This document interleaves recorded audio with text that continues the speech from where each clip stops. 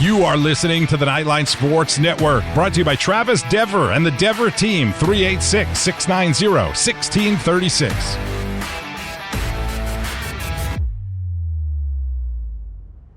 Knightline is brought to you by the Dever team, your source for New Smyrna Beach real estate and everything else New Smyrna Beach. Go to www.thedeverteam.com and call UCF alumni Travis Dever for all your New Smyrna Beach needs. 386-690-1636. That's 386-690-1636.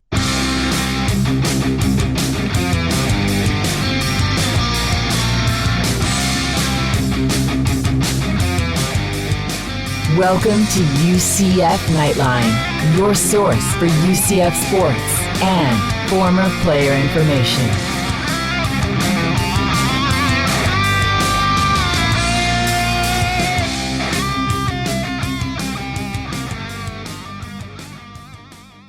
All right, hello Night Nation. This is Andrew Phegley coming to you from the 1148 studios, and this is Knightline 279 from the award-winning Knightline Sports Network. Sometimes I just mess it up because I'm thinking about a million different things. It is what it is. It happens. You can see that this is not, edited at this point. If I'm leaving that in there and I'm talking about it. Okay, so as I started Trey's thing out, which you'll hear in a little while, the interview with Trey Neal, our football analyst. I said, wow, because wow, I'm still kind of blown away by this 70-13 win over Temple. I'm just the 70 part, and then the yards that were gained in this thing offensively just blow my mind. I knew that we were capable of this. I just was kind of waiting for it to happen. I didn't know if we were 70 points capable, though. We are. Yeah, it's the first FBS opponent that we have put up 70 points on. We've scored 70 points a few times before, but never against an FBS opponent. So that's a big deal. That's a fantastic way to kind of transition into the second half, the tougher part of our schedule, especially in the conference schedule. And everything was firing on all the cylinders in this game. You know, as you said, 70-13. John Rice Plumlee just played fantastic from start to his finish, which was really about 10 minutes left in the third quarter. And I got to say, I take it all back. I take it all back. Love him. I take it all back. With a performance like this, and it could have been better. It could have. Yeah, well, yeah. It could have been better. Mm-hmm. Just... wow. It could have been better only if he didn't come out of the game. We're not saying he left anything out there, because he didn't really complete all of his passes. Well, of course. If he would have completed all of them and thrown maybe one more touchdown, if he would have played maybe into the fourth quarter, maybe it could have been better for him. In fact, I'm kind of bummed that they didn't just let him go ahead and take that record. Take the because Dante we would have Culpepper, Darren scored Slack record, at least one more time. Oh, certainly. We would have probably scored two or three more times. Right. And he would have been high up in the record books. And that record has stood between Dante Culpepper and Darren Slack were the last two. Yeah. Couldn't, not a guy that we talk about a lot. Not, so, but responsible for 7 touchdowns. Unbelievable. It is unbelievable. So on this week's show. Oh yeah, sorry. We totally missed that. I forgot. I left. We are out clearly I'm so Ben excited Stout, about this, right? We don't. Yeah, I'm we don't. Ben Stout, by the way. This doesn't matter. But go ahead. It's a bird. It's a 737. Not the plane, but the offense. I mean, that was part of my thing. But this week, you're 100% correct. I think we could skip that this week. This sorry, man. Special... It was not intentional. It just it's all good. It was a special week. It was the 100th game in the bounce house, and man, did we put off some fireworks. I'm not talking about the physical fireworks, but that offense, 737 yards against an FBS team and a conference team and a defense that we touted because they were ranked pretty high until they ran into the battering ram that is UCF's offense. So, we'll talk about stuff and we'll talk with Trey Neal and we'll have the Tijuana Flats hot take of the week. But this offense was phenomenal. So I think you can all tell how excited we are. We even missed our intro. So go ahead, Andrew. Yeah, well, sorry about that. Not intentional. We actually do have an Ask Knightline question as well, so we can do that again this week. Fantastic. Thank you to Dolly Drama for rescuing us here, and at least we have one question. Actually, it's a two-part thing. So this is a good question as well. Dolly_drama on Twitter. Are we preserving a red shirt for Castellanos? Gator Slayer Keen in on mop-up duty going forward? Selfishly, I want to see more of the TC12 method. That young man is dynamic and crisp in his offense running with twos. Abso-freaking-lutely. He just looks incredible. We've seen him in mop-up duty in at least four games, I guess, in 4 games. So yes. He has reached his limit on the red shirt. If he is to red shirt this year, he cannot play another game. Yeah, and I think Gus, mentioned that during the press conference. I guess it was today. Yeah. Today, yep. And he did say that Mikey Keene is clearly the number 2, even though he has not been in mop-up duty. I think that obviously he didn't elaborate too much on that, but they want to protect red shirts for whoever they can if they want to. And he spoke to that like he was including Mikey in that. He wanted to preserve his red shirt as well, which is maybe why you haven't seen him yet. He wanted to, if they're going to bring him in, they want to bring him in conference games, maybe, if you want to give him the benefit of the doubt. And if he needs to play ever, hopefully neither one of these guys ever have to play. But he did say that Mikey Keene is definitely number 2 and Castellanos is not number 2. So that was kind of interesting. That somebody asked the question and then that it was answered like that. So but Roger, did you want to say something? Yeah, why not? I will say, yeah, that's what Gus said, but if you, me, and Ben were drinking at a bar and we were talking about this, I would say that if something, God forbid, happened to JRP, I would guess that just like Mikey Keene had to experience with Dylan Gabriel going down, TC would be in the lineup and he would not. So to answer Dolly's question, yes, I agree that that's what the plan is. Do I think that's what happens in reality? No. I think TC's in there. What do you guys think? I think Tommy Castellanos seems like the type of player that, and I'm not calling him an NFL player. He just doesn't feel like the type of player that is going to play in college for 5 years. I think that it's a very fascinating question nowadays with just the amount of movement that happens in college football, the difference that players view their university and not as, it doesn't seem as much loyalty. I'm not saying anything about Tommy Castellanos. I'm just saying that kind of the nature of college football is different than it was 5 years ago, let alone a couple decades ago. And it just I think that despite what Gus said in the press conference, I actually wonder if there's been any conversation between Tommy Castellanos and Gus about his red shirt, saying, "Hey, what do you think, kid? I mean, do you want to continue to gain experience this year? If we got a chance to put you in,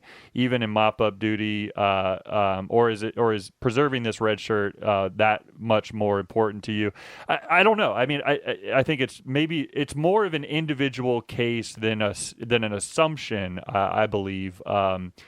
More so this year than any other year in college football history. It just feels like maybe Tommy C just wants to continue to stay fresh, or he could want to continue to stay fresh and not really care about his using his redshirt year, because he's not thinking about his senior year right now. He's not thinking about 4+ years down the road. He's thinking about next year and being a part of this potentially special team. So it could be an interesting situation. But I wouldn't be surprised if you see Mikey Keene in some mop-up duty in the games moving forward. Yeah, and so I'm going to differ with you guys a little bit on this, and I'm going to go a little bit more old school. Shocking. But I think at the point of the season we're halfway through. If something happens to John Rice Plumlee, knock on wood, hopefully it doesn't. But if it does, because of his style, running style, blah, blah, blah, I would rather have a guy like Mikey Keene that has the experience in the big games be in the second spot, personally. Mm-hmm. And I would assume that Gus would feel the same way, because he's kind of an old school coach. So I think that we've probably seen the last of Castellanos for this year. I'll say I hope so. I hope so too. Yeah. I hate that's the case for him, because he's obviously a dynamic player, but his time is not yet. Yeah. You know what I'm saying? That's interesting. And we can. The games. Go ahead. Thanks. The games only get bigger from here. Yeah. You know what I'm saying? Oh, there's no doubt about that. Yeah. We're halfway through the season. The games don't get any less meaningful. They get more meaningful. And I would just rather have the guy that beat Florida. I mean, he's a UCF legend for beating Florida. Mm-hmm. Period. Yeah, he'll always be that QB. Right. The one that beat Florida for the first time. And it kind of shocks me that we haven't seen him yet, to be honest with you, in mop-up duty. It doesn't shock me. For the same reason that I told you the first podcast that we had out here. When Gus made that decision, he made it for the system. And Tommy, the one thing that he did this last game was he proved that he can run this system.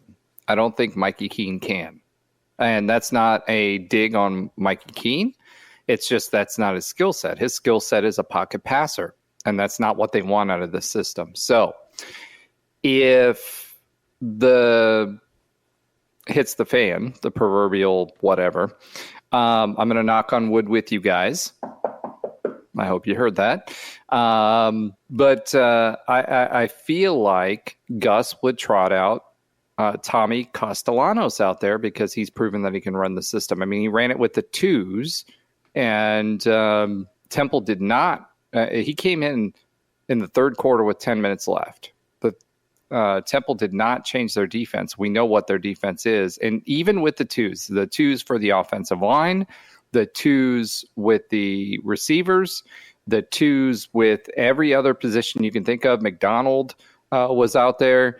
They moved the ball and they scored at will. So to me, I don't think this is any indictment on Mikey Keene, and I appreciate what he did, but I think he would do that for the system. That was my argument all along with JRP versus Mikey Keene, and I think that theme would stay the same going forward, unless Tommy proved that he wasn't up to the challenge, which, again, when you've defeated a team and they know they're going to be defeated, playing that kind of defense versus a defense that thinks it's still in it is a totally different proposition. However, that's my take on it.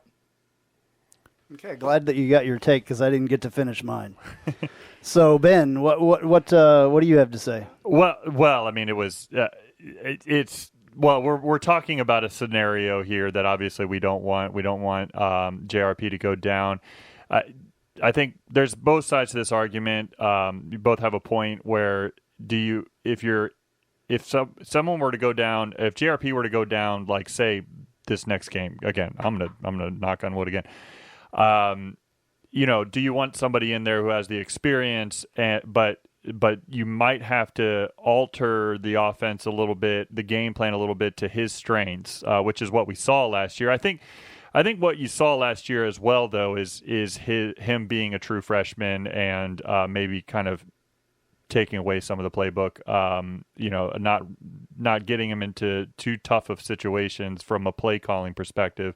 So I feel like you could open it up a little bit more, and he doesn't have the legs necessarily that JRP or what we've seen from Tommy C. But Roger, you also have a point where it didn't seem like in this game, and again, it's against Temple, and it's against Temple's twos, which are, the depth certainly is not there. You kind of saw the same dynamic things that JRP was bringing. So you would hope you would see that, but when you're playing against the ones under the lights against a team like Cincinnati or on the road in New Orleans against Tulane in that defense, you probably want a little bit more experience in there. It's a toss-up, and that's the reason why Gus Malzahn is paid millions of dollars, and we're not. Exactly. Yeah. And then also we haven't seen Mikey Keene at all. No, we haven't. Which is seen. Yeah, it is interesting, and I understand. I mean, he's in a weird spot.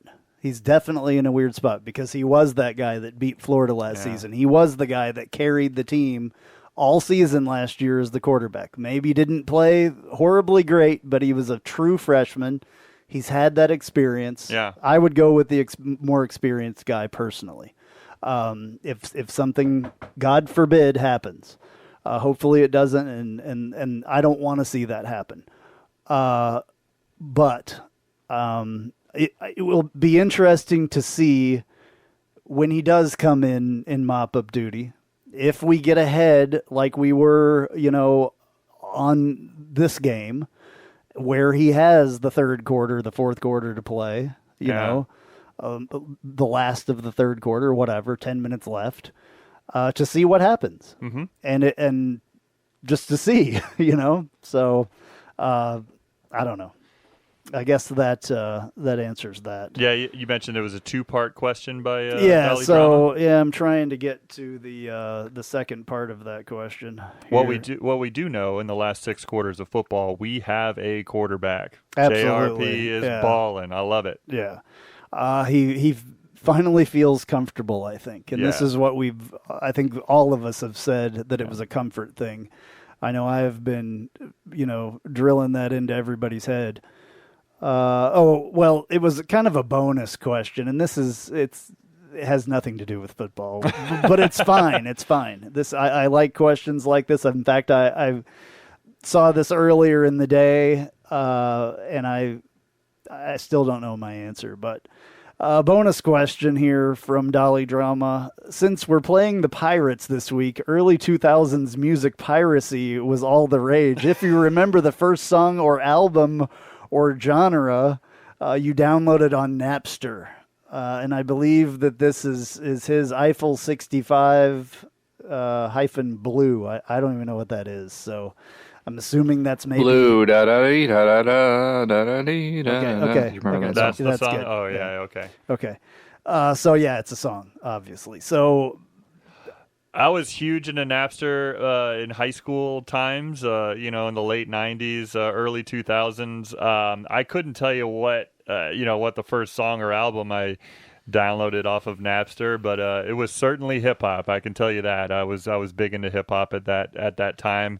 So I don't know what it was, but it was definitely hip hop. I can tell you that. Roger, what about you? For me, I never partook in the Napster universe. However, I had a good friend when I was introduced to Napster. It was 1999. This was during we had to take intro to engineering classes over the summer. This is when UCF had more than 120 credit hours, but we aren't saying that. And my buddy, who, we all had 212s in our back seats, in our trunks with Dynamat. So those of you that have 212s without Dynamat, I'm sorry. That sounds terrible. That being said, he used to rip Napster all the time. So I would just get my stuff from him. He'd rip CDs for me. And it was all I mean, all hip hop. I'm right there with Ben on that. I was a hip hop guy, still am a hip hop guy.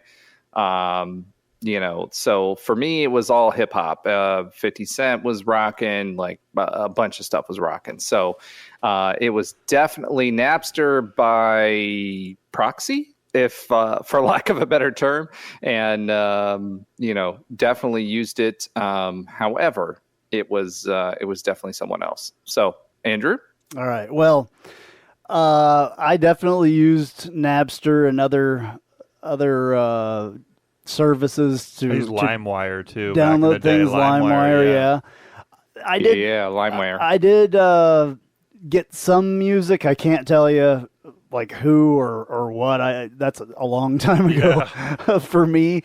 I can tell you that I was way more into like software and things though, compared. Yeah, you could download a lot more of that. Yeah. I'm not going to incriminate myself. I've used those services quite a bit. I will say that. I'm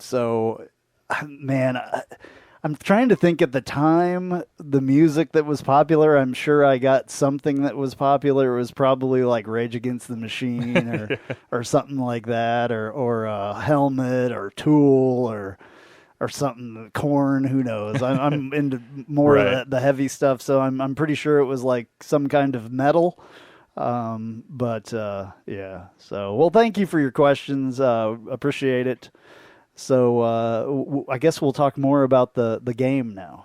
So, Ben, you're sitting right here next to me. It was a... What... I don't even know where to start here because there's so many things that we could talk about.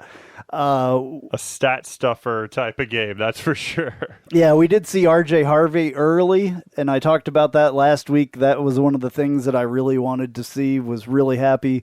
He had, it's hard crazy. To believe he only had four rushes. attempts. Yeah, that's what I was just looking at. I'm kind of looking at these. I haven't totally looked at all of these stats. Thomas Castellanos was our rushing leader, by the way, in this game. 3 carries for 88 yards. He had that 43-yarder. RJ Harvey second on the 4 carries, and this is why, had that 61-yard carry, but he averaged 18.3 with that 61-yard carry. And he got us going early, too. That was the thing. It was like, we kind of jumped off the page, from the beginning of the game, but some of those shifty runs he had early on, I think really got us into that groove that we needed. Interesting thing here, interesting stat as well. Jordan McDonald, which a lot of people are going, who? Probably what would he be, 3rd or 4th string running back? Probably. True freshman. He's the 4-star that we got this past year. 9 carries, 44 yards, his 1 touchdown, his longest being 9 yards, but he averaged 4.9, so he was actually 3rd above Johnny Richardson. Johnny Richardson had 5 carries for 45 yards. Plumlee had 7 carries for 38 yards and 3 touchdowns. Bowser had 5 carries for 25 yards, which is crazy too, and a touchdown as well. High efficiency in the run game. It just seemed like there was spread out and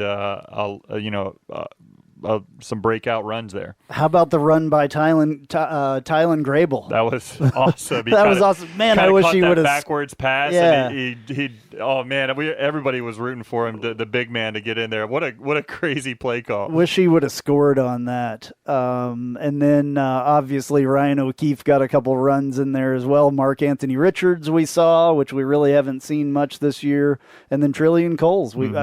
Everybody carried the ball, it looked like. Yeah. So, 10 running backs. That's awesome. Yeah, pretty exciting there. Receiving, Kobe Hudson on the top there. 4 receptions for 121. Ryan O'Keefe, 7 for 111. Isaiah Bowser, 2 for 58. Stephen Martin, 2 for 46. Dartwinnie Wortham, I have no idea who that is. Two receptions for 30 yards. RJ Harvey, 1 for 29. Jalen Griffin, 1 for 19. Alec Holler, 1 for Holler. 1 for 12. Javon Baker went out a little bit early. Hopefully he's okay. I think he is. 1 for 8. Yeah, Gus said in the press conference today that they kept him warm, and he could have came back in that game had they not been, so high up on the scoreboard. So it seems like he's okay.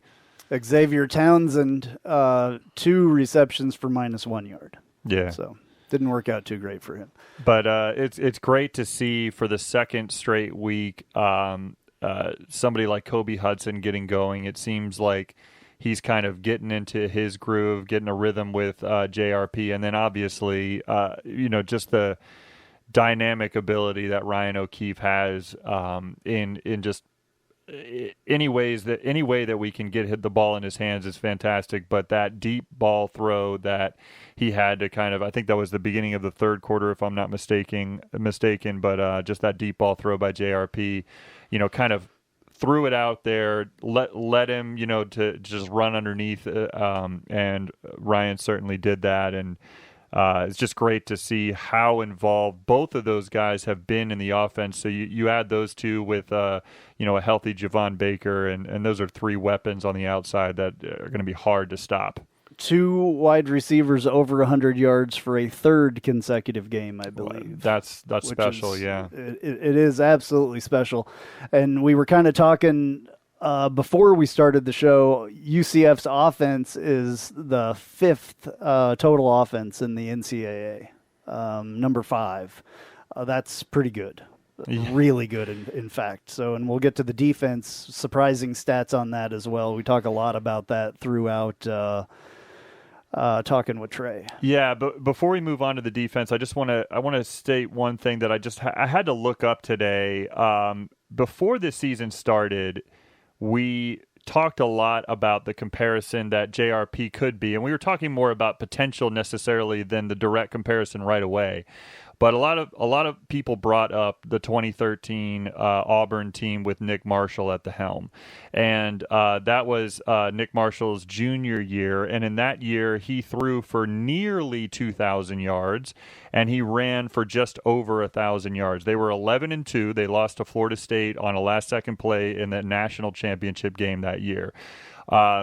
And so right now, JRP is the only quarterback in the country with over 1,500 yards passing and over 450 yards rushing on the season. So I think that when you kind of track that out and you only 6 games completed, that was 13 that I just spoke of Nick Marshall's stats. He's certainly on pace to be just as dynamic as far as the stats go. But what's interesting about JRP is that he has had a game mixed in there that was only 49 yards passing. He has had a game or against Louisville at home where he just looked like he wasn't quite ready for the moment.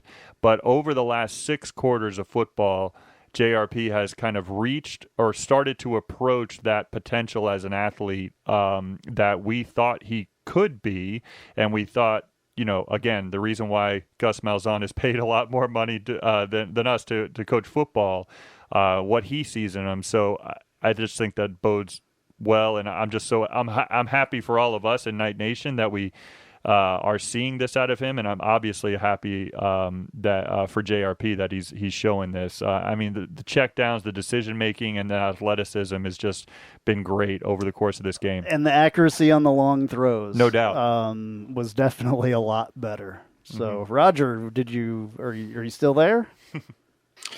Yep, I'm just letting you guys go. I have 7 pages of notes as usual. That being said, 737 was the big note for me, right? So 737 yards of offense and 70 points. That hasn't happened since 2017 with a 73-33 win. We were talking about that in our text chain. 41,000 folks scanned their tickets to watch this game, and you know what? They were not disappointed. As GOL, or George O'Leary, always said, sometimes exposure can leave you exposed, and we exposed ourselves well. I know that sounds terrible, but part of that exposure is moving us up in the coaches poll to the 27th team ranked in the nation and 28th in the AP poll. So I think what this game did for me was answered a lot of questions of what this offense could be. The Space Game uniforms obviously got a lot of conversation started across the country, as we said last week. And this ESPN announcing team, we haven't really talked about that yet, but how good of a job that they did talking about UCF being knowledgeable. And as folks that are somewhat in the media, I think we all appreciate how well informed they were. To me, this felt like they a 2017 only called us game. UFC once that I know of. At the very beginning of the game, the first time that he said, should have said UCF, UFC. Oh, man. Yeah. That being said, the rest of the game, they did really, really well. You could tell they did their homework. But to me, this game felt like a 2017 game again. I was talking to somebody during the game, and I said, this is UCF football. This is the identity that we've created. This is the narrative we've been talking about, for a very, very, very long time. And to me, I think this was indicative of the letdown that UCF has kind of had recently because we were missing that offensive component to who we are and what our identity is. That defense, obviously, going back to George O'Leary, was a piece of us. But that offensive fun football, and that's the superlative I'll use throughout the podcast, is fun. I think that's what we were missing. So we were still running the ball, 59-41 split. So we actually came back to what we were doing before. But the crazy thing for me, we've been talking about John Rice Plumlee and his ability to hit the long ball, 18 yards per pass, which is a season high. He was 18 of 22 for 81% completion ratio, 373 yards, and 4 TDs passing the ball. So we haven't talked about John Rice Plumlee a lot and passing the ball other than, hey, he needs to put a little more air under it or whatever. He played a great game. He led his receivers, and I love the fact that he was flush from the pocket, stepped up, sidestepped, and went through his reads. I mean, that one play where he went to Bowser was just phenomenal. Yeah, and he had one in the beginning that he threw to Kobe as well, I believe, that impressed me, and that's when I knew when he rolled out of the pocket and threw on the run. Yeah. Across his body, I believe, and that one was the one where I said, "Uh-oh, like he's got it tonight." Mm-hmm. And it was early. It was like the first drive of the game. Yeah. I'm pretty sure. And I was just like, wow, okay, hold on, wait a second, we may see another JRP tonight. Because that throw to me was, and the Bowser one was awesome too, but that one in the first drive said it all. I hoped that it continued, and that was one of the most athletic throws that I've seen him make. So. Yeah, and speaking of athleticism, and we can gush all day about some of the throws that he makes, that he made in this game, I should say, and we should, because he deserves the credit. I thought it was very kind of fascinating play calling early on. Even the second rushing touchdown of the game by JRP, even the fake to the running back on that play was like unique. It was like a weird look. I mean, just as a football fan, I thought the way he faked that ball to the running back that was going to the middle, and then he rolled out and kind of walked in, basically. That was a cool play call. But then a very similar play for his third rushing touchdown. The defense snuffed it out a little bit more, and I remember a defender was chasing after him a bit, kind of going towards the goal line, and he just hit a second gear. Like he just accelerated so much faster than the guy and just showed his athleticism, and then just turned the corner, and he was in there for the touchdown. That type of athleticism that he has with his feet, he continues to progress as a quarterback in the passing game. Wow, look out. I mean, this offense has a chance with that type of quarterback play and that type of synergy with the play calling that it could be very special with the athletes we have. If it is sustainable for him. Yeah, that's the question, exactly. I guess, at this point, because this was by far, obviously by far his best game. So, no doubt. Throwing, for sure. Go ahead. But Roger. he's been increasing every week. He has so been the last 3 improving, weeks, he's been increasing every single week. And by that, I mean not just his completion percentage, but also his average yards per pass, right? So one of the big knocks that we've had was his ability to do that. But I think, the big stat out of this was he only ran 7 times. Mm-hmm. And Andrew, you've brought this up ad nauseum, which is, hey, this guy, his first instinct is to tuck and run. Right. But to your point again, and something else you brought up, he passed across his body multiple times during this game, rolled out, passed across his body, and that's normally something that most kept his eyes up.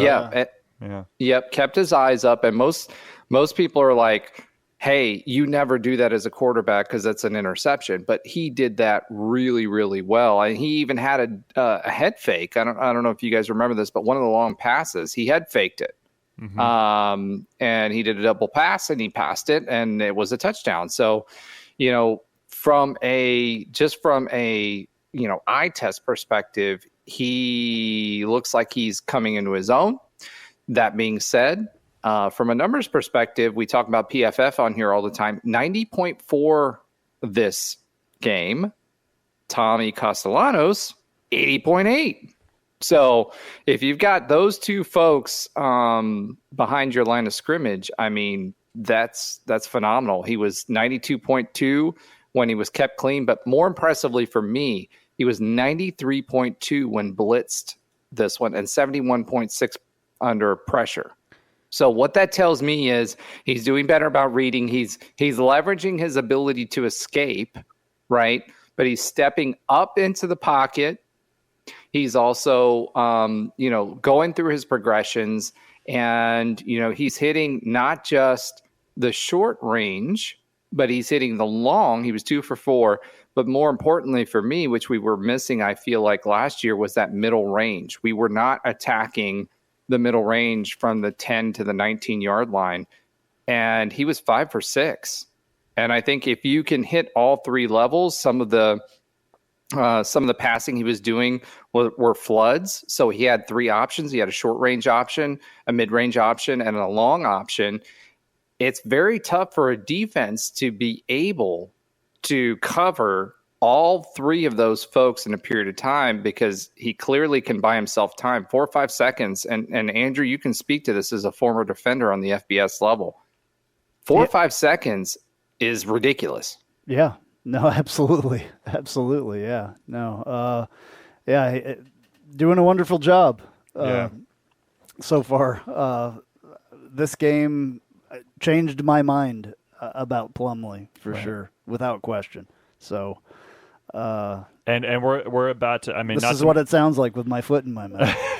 Hey, that's all good. You're as long as you're on board. That's all that matters. And quite frankly, JRP puts you on board, right? Along with anyone. I just wanted to see it. Yeah, I mean, I wanted to not hear about it. I wanted to not hear about what if. I wanted to see it. Period. And now we're not to move on, because I don't want to move on to ECU yet. But he's about to get a true test.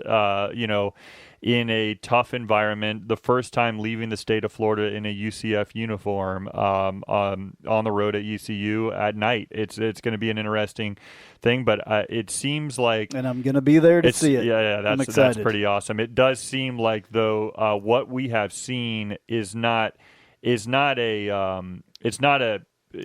flash in the pan type thing. It seems like a progression to this point, which is exciting. It seems like he's built to this point, as opposed to, he just had a few good quarters here and there. No, that's not the case. He has shown that, dynamic ability, and now he's adding that good decision making in the passing game on top of it. Is fantastic to see.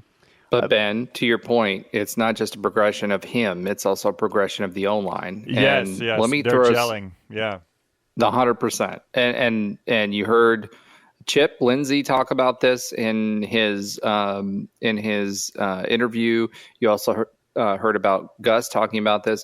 But for JRP, because we talked about the season stats, and do you remember what number you said last week that you wanted to see him attain to be able to hit what your expectations were for him and where he could be successful?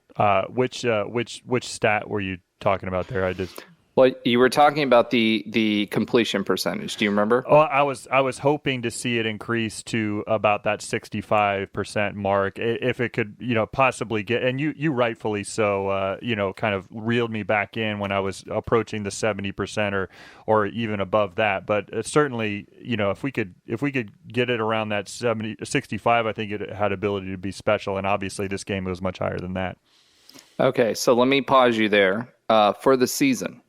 And let's put this in a vacuum. Let's take all of our thoughts about Mikey and everything outside of this. If I told you a UCF quarterback had a 64% completion percentage with all the drops, right? All that included, 11 TDs, 3 interceptions, 1,600 yards passing, 407 yards rushing, 7 rush TDs, and is averaging 5 yards per carry, what would you say?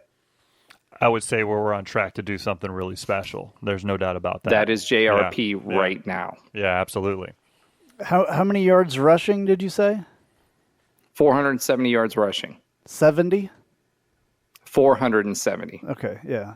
I thought you said 407 as well, if that's what you heard. Yeah, I thought you said 407, and I was like, wait, which one? The NCAA has it as 468, and he leads all quarterbacks, by the way, in rushing yards. So that's pretty cool. I took this from UCF stats because you pointed me in that direction, but 470 is what UCF has on their season stats for him. So 470 yards rushing. But even if it was 468, it doesn't matter. 1,600 yards passing, 470 or 468 yards rushing, 7 TDs, and averaging 5 yards per carry in halfway through the season. I think that those stats are mind-blowing.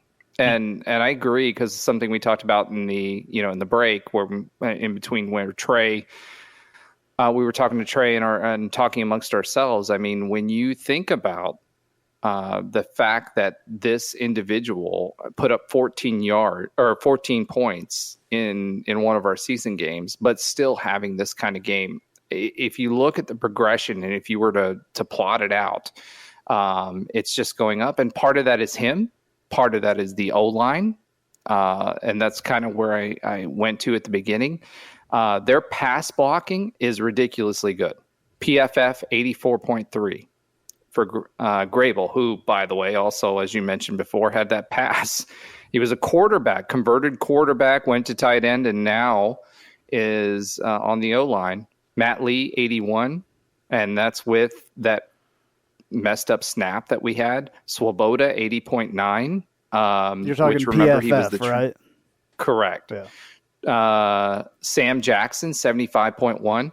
So it's not just about Plumlee being able to do these things, but also being able to have this time. And even on the rushing, they improved this week. So I feel like it's a combination of the wide receivers now that we've got a full stable of wide receivers. O'Keefe is back in his full glory, and Kobe Hudson is doing well. He's actually playing. Those guys had 4 and 7 catches respectively, 121 yards and 111 yards and 2 TDs each. And part of that is Plumlee, to your point, Andrew, going through his progressions and leading the receiver. But again, there are so many offensive weapons for him to choose from. This is, I think, or I feel like, the fruition of all of these different pieces starting to gel together. So I'm hoping for ECU, they prove that this wasn't just a fluke, because if this is the case, this is what we were talking about preseason. This is what they could be. And I know all of us want that Louisville game back. Yeah. Halfway through the season here, Plumlee has 468 yards. He could very easily, with a couple really good rushing performances, get 1,000 yards, which would be incredible for a quarterback to have 1,000 yards as well. So, if he continues on his statistical track right now, he's on pace for a very, very special season. I mean, when you're talking over 3,000 yards passing, over 1,000 yards rushing, I don't care what day and age it is. That's pretty special. And if he is able to achieve that, that's not going to be in a bunch of losses. That's going to mean success for our team. That's for sure. And I agree with you, Roger. It is a complete team performance that we're seeing on the offensive side and over the last 6 quarters, and on the defensive side, we've just seen it all season. I mean, this unit is just performing very well on all 3 levels. Every game this season. This is a defense that has a chance to be one of those defenses that we look back years from now, and I say has a chance because it's midway through the season, but look back years from now and be like, that was truly one of the best defenses that we've seen at UCF, if they can keep this pace, because right now they are really showing just how great they are. And what's interesting to me, and I don't know the stats on this, I know you've been looking at the NCAA stats, but it seems like we're able to do it without forcing a ton of turnovers. We just stand them up at the right time. Our red zone defense still number 1 in the country. This defense is just very, I hate to overuse this word, but very special. Yeah, they are. And I need to look at that. I didn't even look at that defensive statistic as far as turnovers, because I don't think that we're nowhere near the high top on there. Yeah, there just hasn't been a lot. Yeah, and we're not relying on it because we rely on just sound fundamental, like good defensive football. I mean, that goes back to what we were talking about with, the defensive backs and how they are playing the ball, right? So when we get pressure, our guys are playing man. And, Andrew had a great insight into this in that he played for our defensive backs coach. And what they're playing, they're not playing the ball, they're playing the person, right? Yeah. So PBUs, when we're talking about pass breakups this week, we're talking about 4 pass breakups. So Thornton, he gets picked on quite a bit, but he did a great job blocking those passes. And the other one is Damari Henderson, right? The freshman. And this is part of the reason I brought this up with Trey, is he had 2 pass breakups this game. And that's a freshman against FBS competition. And, Temple does have some freshman folks. They have some transfers in, but no matter what, a freshman to be able to play that, I played a little safety. I played mostly middle linebacker, but playing safety too. I mean, you've got to be able to anticipate where that ball's going to be able to, especially when we're playing single high defense. He's got to be able to react quickly to be able to get over to where the ball is going. And, watching a freshman be able to be on time and to be able to block that pass from getting in there. There was that one where he was coming across the middle. There was a cornerback or defensive back that was with the receiver, and it was towards the end zone, and he came over and just batted the ball down. It's not just all about interceptions. Especially when we're playing man. And we went to that after, I think, like the second or third series when they were picking us apart. Again, we talked about this with SMU, and we're seeing the same thing with Temple. They were picking us apart in the zone, and you see this guy come in and a freshman making these kinds of plays. That's special defensive back play. And Andrew, I wish, I want you to really say how different that is for a defensive back to be able to play man against someone, because that's me versus you and I'm beating you. That speaks to the talent that we have at defensive back. Yeah, no, it's huge. It's absolutely huge. You have to play zone sometimes. You just have to. You're not going to play an entire game of man. So I almost think that like they're using it as almost a psychological thing in a way, letting them, okay, yeah, we're coming out and we're playing zone. And then all of a sudden we're going to switch to man and we're going to play you like that the rest of the game. I've been thinking about this as we've gone on in the conversation after talking with Trey and everything else. And I ask myself, I'm like, why are we coming out? And I think one of us asked that to Trey, why are we coming out doing this? And then all of a sudden switching to this, and we're getting picked apart, and then we're not getting picked apart. I almost wonder if it's to let them start to feel comfortable and complacent. You know what I'm saying? There's always psychological stuff that goes on in football, the way that plays are called, period. And I almost wonder if that's what they're trying to do, or they're just letting them get their feet under them. You know, our defense playing the zone and just, you know, and then kind of figuring out, you know, the other team if they don't have a lot of film on them or something. I don't know, but there's got to be a reason for it. I know there's a reason for it. I just don't know what it is. Do you think it has to do with, and again, you guys know this better than I so I'm just going to ask the question. Do you think it has to do with the offense of the opposing offense, knowing that the first couple of series are going to be rather scripted plays, right? You know, the plays that they kind of worked on to run in the first couple of series of the game, and allowing, you know, kind of the defense to settle in a little bit. And you know, maybe that's the reason why some of those scripted plays with a freshman quarterback that we saw this past year or past game that is, you know, has the potential to be pretty good, and E.J. Warner had some success early on because those were the plays that he kind of knew he was going to run and kind of went through that progression. But then all of a sudden when we, you know, he has to go off script and we start providing that pressure, whether it's man coverage or not, it just seemed like that's the point where we got him uncomfortable and he couldn't quite do anymore once he kind of had to go off script. Yeah, it's kind of what I'm thinking as well. Make him feel comfortable, right. And then all of a sudden, hey, buddy, we're done. It seemed like the door just and shut I don't know. on that him that after could that be first couple series. I have no idea what they're thinking there, but that could be what's going on. I don't know. It would be brilliant if it is. Whatever it is, T. Will and Kenny Martin and all those guys, you know, the defensive backs, the defensive backs coach and you know, everybody on that defensive staff, along with the athletes themselves executing. I mean, it's just been this defense has a chance to be very, you know, kind of ranking in that kind of all-time look as long as they can keep this up. It's really been a bright spot of this team. Even I would more not so put than it past T. Will athleticism. to play some mind games. Yeah, no doubt. I would not. And you know, so I don't know. And they really turned it on in the second half too. Yeah. I mean, but that's the thing. I mean, we had second half Randy, right?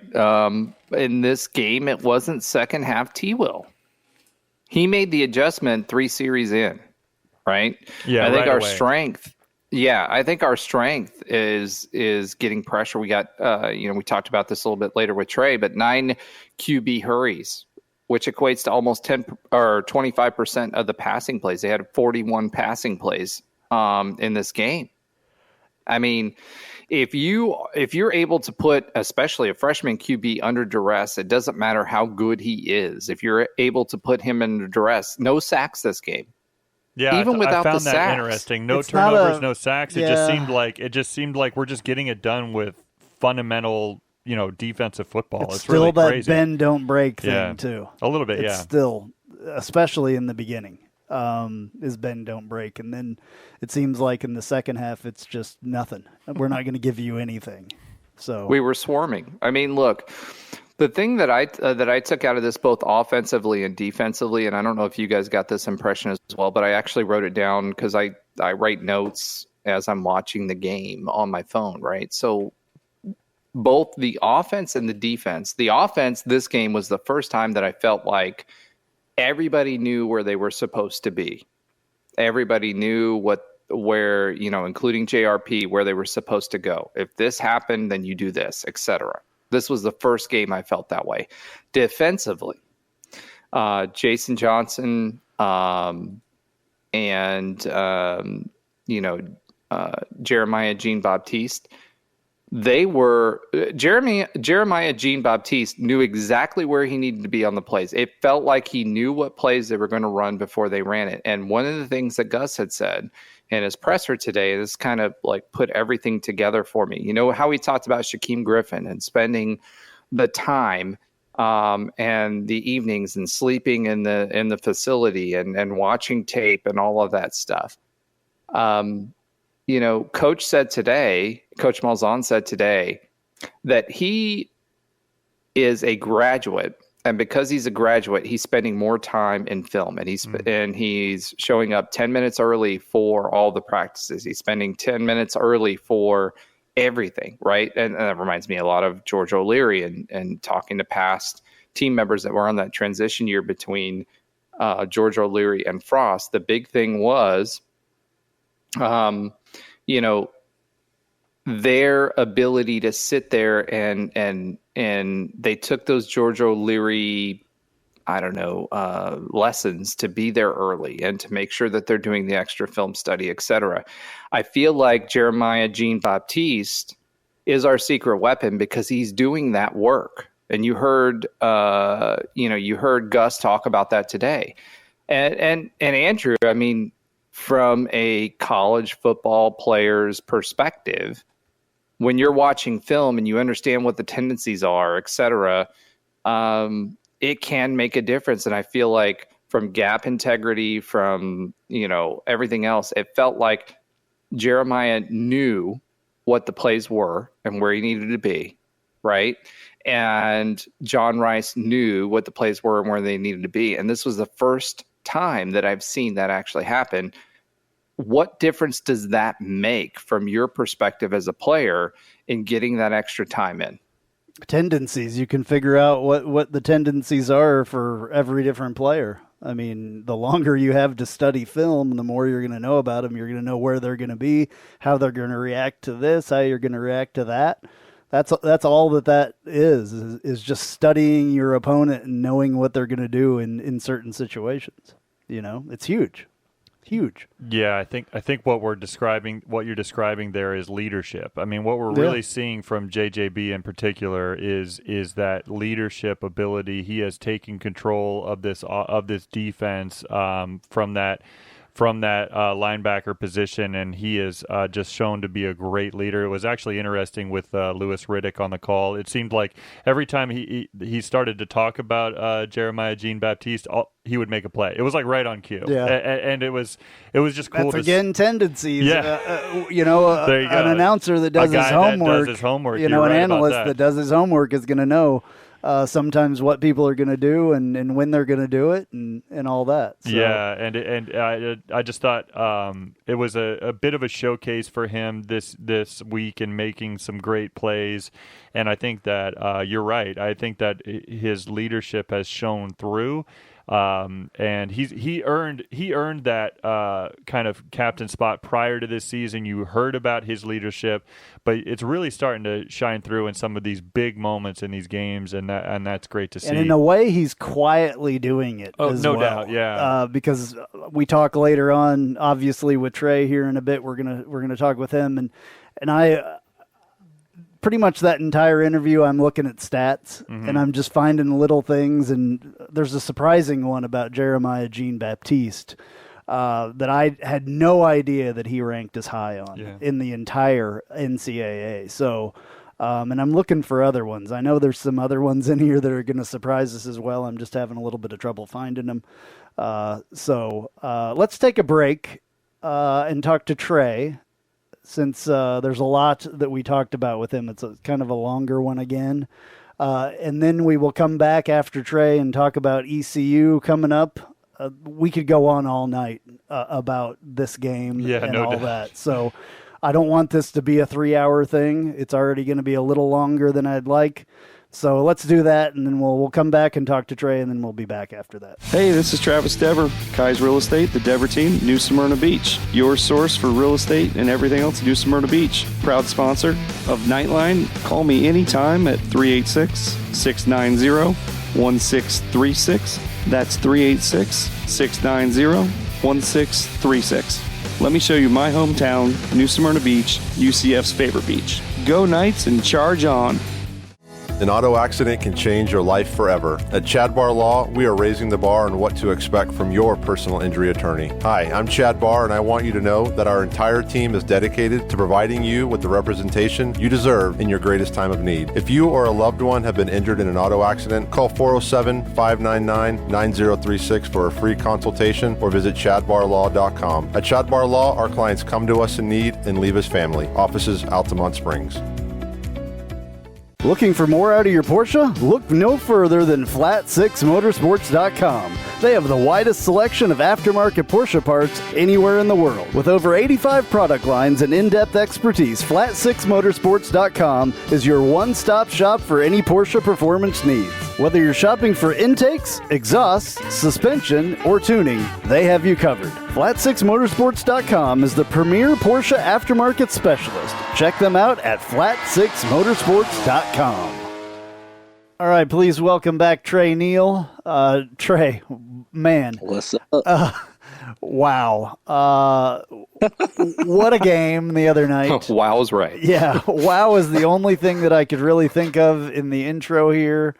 A 70-13 win by UCF, and the yards and everything were insane. 700 yards of offense, 730-something yards of offense.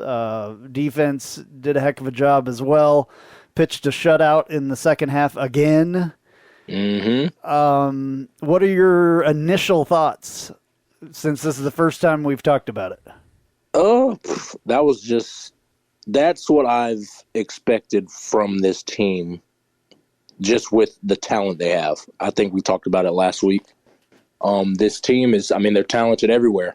I don't think there's a more talented team in the conference, to be honest.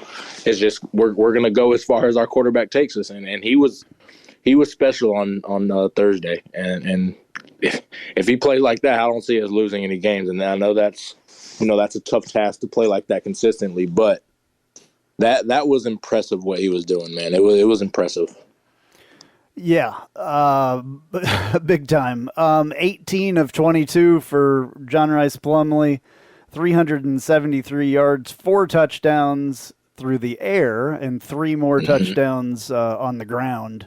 Man, I just, Ben, maybe you can come up with some more words, because I'm still, I mean, words other than wow. Yeah. First of all, the entire weekend of college football was incredible. Mm-hmm. I sat all day long. I camped out in front of the TV. I said, Tina, my wife, we're not doing anything. We're not going anywhere. I'm watching football all day long. Yeah. First time I've been able to do that in quite a while. Yeah. And I watched all the big games. I watched some of the small games, and it was an amazing weekend of college football in general.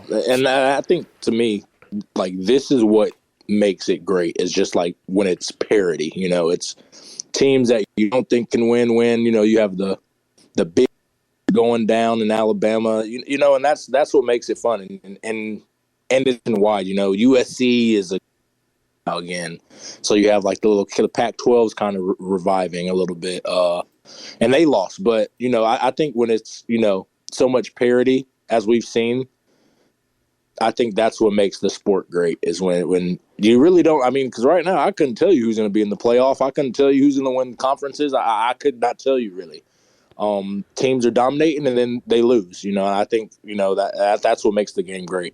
Yeah, and we have to give a big shout out to Coach Heupel as well, because that was huge. That's impressive. That's a program changing win right there, man. Absolutely. Yeah, Alabama got Obarski there on that kick, but man, had they not been in the position to do that, look.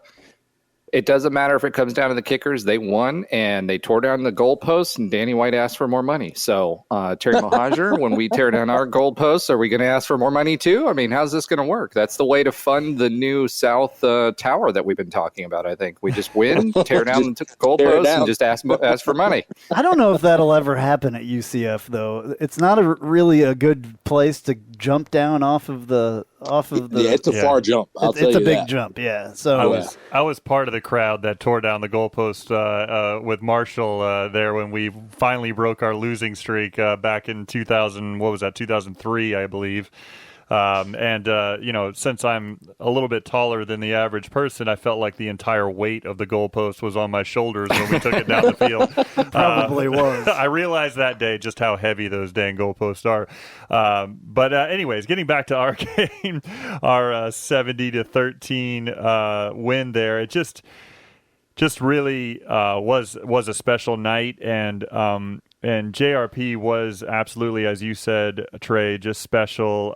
It felt like, as we talked about last week, it felt like in that second half they just kind of simplified the play calling for him and just allowed him to kind of go to one read and really, fire the ball in there. But this game, against what we thought was, a pretty darn good defense coming into it, it seemed like they as he gained confidence, they actually opened up that playbook a lot more for JRP, and just speak to that, just because it seemed like he was making all the right plays early, which was fantastic. It was kind of a continuation of the game before, but then they just really started to get creative, and I thought in particular, and I'd like you to speak for the check downs as well. It just seemed like he was progressing through his reads better than any game we've seen him in a UCF uniform. That's for sure.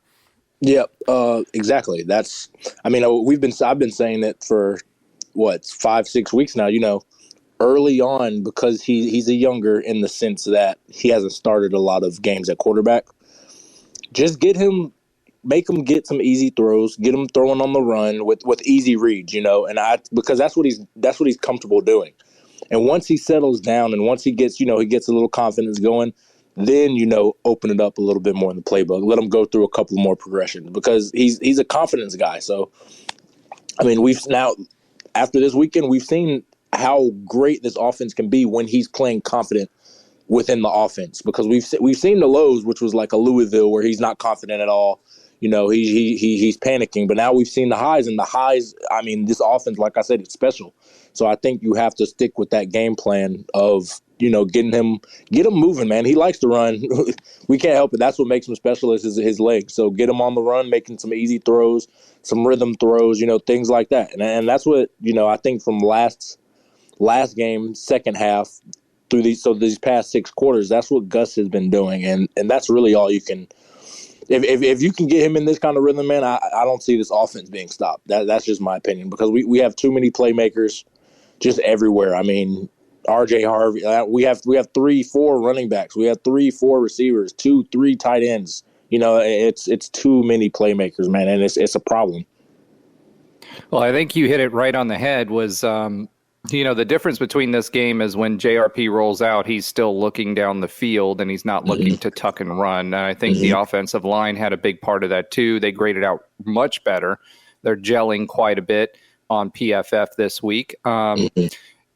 From your perspective, I love what you're saying about John Rice Plumlee. I'd also like to hear your perspective, since we saw a smattering, a full quarter from old Tommy C, Mr. Castellanos, and he looked good. Man. So, yeah, what was your takeaways from that and actually seeing him run? Run people over. Truck stick Tommy or Tommy Truck Stick, whatever you want to call him. Talk about him a little bit and how he compares to JRP. Obviously, it's a small sample size. Sample size. But for me, like overall, when I'm thinking about this, I feel a lot better about where we are in the future. So tell me a little bit about what you saw out of Tommy C.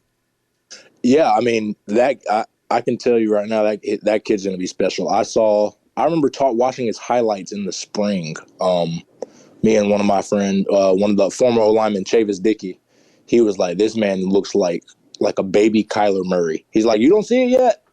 But when he starts playing, like, that's what he reminded me of. And I watched him, I'm like, I see glimpses, but this Saturday when I saw him, just the way he runs, the quick release, it looks like a baby Kyler Murray. And he's special. I mean, the way he looked, it really didn't look like a drop off from JRP, which is crazy to me. Being that he's just 18 years old, he's a freshman. So I think, hey, I mean, they were saying it. I've been hearing a lot of, this team can win a national championship in 2 to 3 years when some of these young guys develop. And I don't want to get too far ahead, but like I've always said since I played with KZ, when the quarterback's that good and he's the engine that drives it, the sky's the limit, man. And, moving to the Big 12, the opportunity to get to a playoff, but being able to compete, getting the recruits in 2 to 3 years of development, it's possible. I don't think that's something that's far-fetched.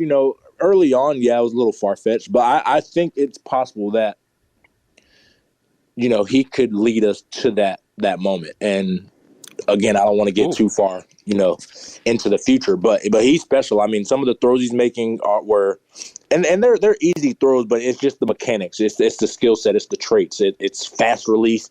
I mean, it's special. He's a special guy, and then some of these other young guys are ready, and especially some of the young defensive cats. But Tommy Sue is going to be a special kid. He's going to be a special quarterback if he keeps it up, man. I saw that fast release that you're talking about. The other thing, you mentioned is the freshmen, right? So we're seeing more and more freshmen, not just in garbage time, but Damari Henderson as a defensive back and Cam Moore. Yeah.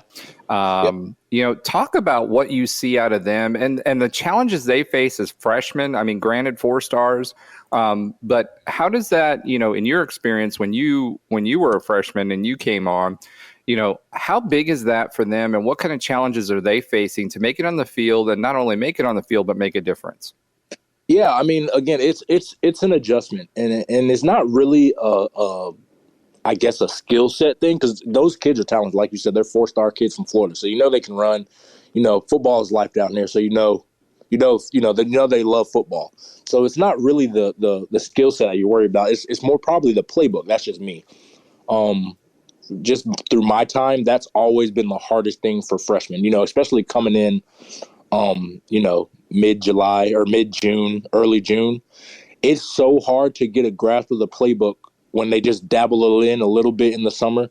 But then when you get to camp, it's full go, because you're not really expecting most of your freshmen to play. You're expecting your older guys, your juniors, the guys that have been in there. And you go through that playbook each and every day of camp. We're installing new defense, installing new coverage. Some days 2 defenses, 2 coverages, so you kind of get lost around, day 4, 5, 6, because you don't really know it as a freshman. You don't know it. So that's what I think is just happening right now. I think, we're getting week 4, week 5 into the season, week 6. And now they're sitting in all the meetings. And it's like that light bulb moment is like, oh, I know what I'm supposed to do right here. I know what I'm supposed to do right here. So now that they're doing it, the coach is like, okay, like we see you doing it. We're going to dabble you in here on special teams a little bit, dabble you in here on some defense. And sometimes, injuries force people up earlier. But again, I mean, you're seeing it, man. These kids, they're talented and they just need to be – sometimes you just need to understand it on the playbook so that the coaches can trust you. And once you show it, they're going to put you out there because that's what they recruited them for, man. They recruited these guys to play. They didn't recruit them to, come sit on the sidelines for 4 years. They recruited them to come play and make some big-time plays. So I think that's what's happening. I think they're finally they're getting calm. And they're kind of just settling down and they're able to play fast again. I think that's the toughest thing as a freshman, 18 coming from high school where you kind of dominate most of the competition to where, everybody's all region, everybody's all state, so it's an adjustment period that, it takes time for everybody. Help me out with this, Trey. I'm gonna try to work my way through this question, so forgive me if I kind of fumble through it. But no problem. The amount of progression that you have as a defense or an offense in the play calling, as far as preparing for the upcoming opponent, or as you said, we got a ton of talent on both sides of the ball, right? So you start to bring along guys. You start to want to do more as a defense or as offensive game planning. Mm-hmm. How much of it is spent in like from week to week where you're saying, okay, as a defense, we're going to create this game plan that's to stop, in this case, ECU coming up, right? Mm-hmm. Or is it, or how much of it is that versus we've got these young guys coming along. We've got this talent that we didn't see maybe 2 games ago that now we're really coming into its own. We need to be able to kind of dictate to that opposing offense, or vice versa, opposing defense if you're coming along on the offensive side.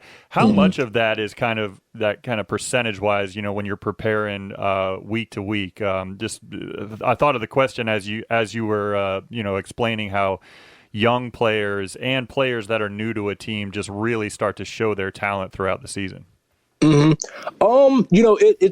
a tricky balance. I think that the luxury that we have now at UCF is that our starters they're really good players. Some programs, when you're a freshman and you're best players, you have to simplify the playbook just because they're just so talented you can't make them play slower. So I think we're in a good spot to where we have really talented guys that are upperclassmen, so we can kind of ease in the young guys. So it's 2 different things. So, for example, I go back to the 0-12 year.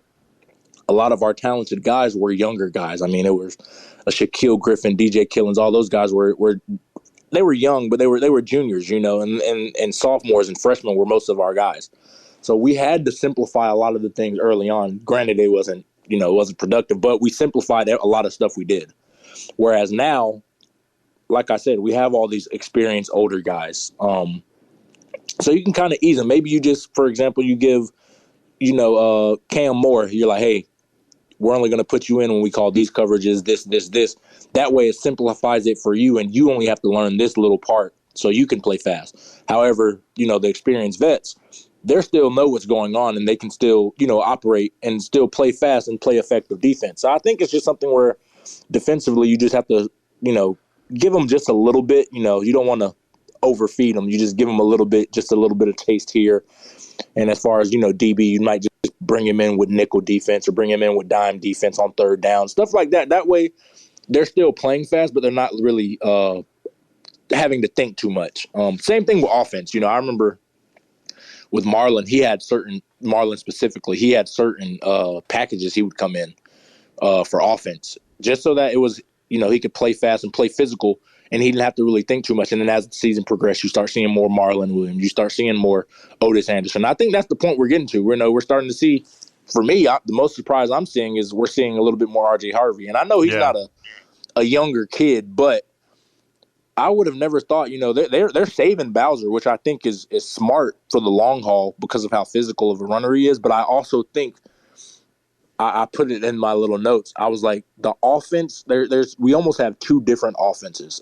We have an offense where it's RJ and Johnny Richardson in, and it's a lot more explosive. It's a lot more dynamic, for example. And then we have the offense where it's Bowser, and I think that offense is a lot more downhill, a lot more physical. It wears on defenses. And I think finding that balance is key, and I think last week we saw it. And I think that saves everybody, and that makes our offense even more dynamic, because we can shape shift is what I say. We can shape shift into different kind of skill sets based off what a defense doesn't do well. If they struggle with physical run game, we can run Bowser 30 times if we have to. We saw that last year. But if they're, they're slower feet, linebackers a little bit more hitters and not really good in space, you can bring in the RJ, you can bring in Johnny Richardson to get in space. And again, I think that's where you get to at this point, is where guys are just finally starting to get it. But you don't want to just thrust them in. You just want to kind of ease them into that, that role, to just stay comfortable and be able to play fast while be able to produce at a high level. I was so excited to see Harvey come in, especially early, because I was saying that at the beginning of last week's show. I was like, we need to see Harvey. We need to see Harvey earlier than the 4th quarter. And he just did an awesome job. A couple of defensive notes from the UCF football notes after the game. UCF has gone 9 consecutive games keeping opponents to under 20 points or less. That's good. The longest active streak in the FBS. Minnesota 8 games in a row, and then they hadn't played, so I'm not sure how that turned out. And the longest streak in school history. And then UCF has allowed just 9 points in the 4th quarter the entire year. Combined. Man, yeah. That's awesome. Which is ridiculous. Yeah, that's crazy. Yeah, that's only that's behind insane. Illinois, who had 7, and I'm not sure what they did as well since our game was early. And then the second time this year that UCF is not allowed to score in the second half. Also insane. Yeah, absolutely. Just your thoughts on those notes in particular. Yeah, I mean, I don't think you can ask too much more from this defense. I think they're playing at an elite level right now. And, it's tough nowadays in college football with just how dynamic of offenses. I mean, like we talked about last week, SMU was a top offense in the country, and they shut it down. Temple, I mean, the quarterback, Warner, the freshman, he's going to be good. Yeah, he's legit. He has a lot of creativity to his game. He has, as a quarterback, he has a lot of he's special. And I mean, some of the throws he was making for a freshman, he's going to be a problem if they can surround him with the right pieces. But yeah, back to the defense. It's amazing. And I think the defense, I'm sorry to interrupt, but the defense here is getting overshadowed by the offense, and it happens most of the time because defense isn't nearly as exciting as the long touchdowns and all that stuff. But it's exciting for me. Well, I mean having been a defender. Yeah, but just for the normal fan, they're there to see all the points scored. That's what the game's turned into. They're here to see all the points being scored and all that. So defense is definitely overlooked. It's turning almost into the O-line kind of thing where it's better to be seen and not heard. Absolutely, yeah. But this defense is an incredible defense, and I think that it's only going to get better with time. We're still number 1 in red zone defense. We're 26th overall in the NCAA in total defense. We've given up some yards at times, but as far as scoring, we're right up in there. I mean, I think I'll have to look at that real quick here. Opponent touchdowns, I believe that we are, let's see, 1, 2, 3, 4, 5th in just, allowing touchdowns.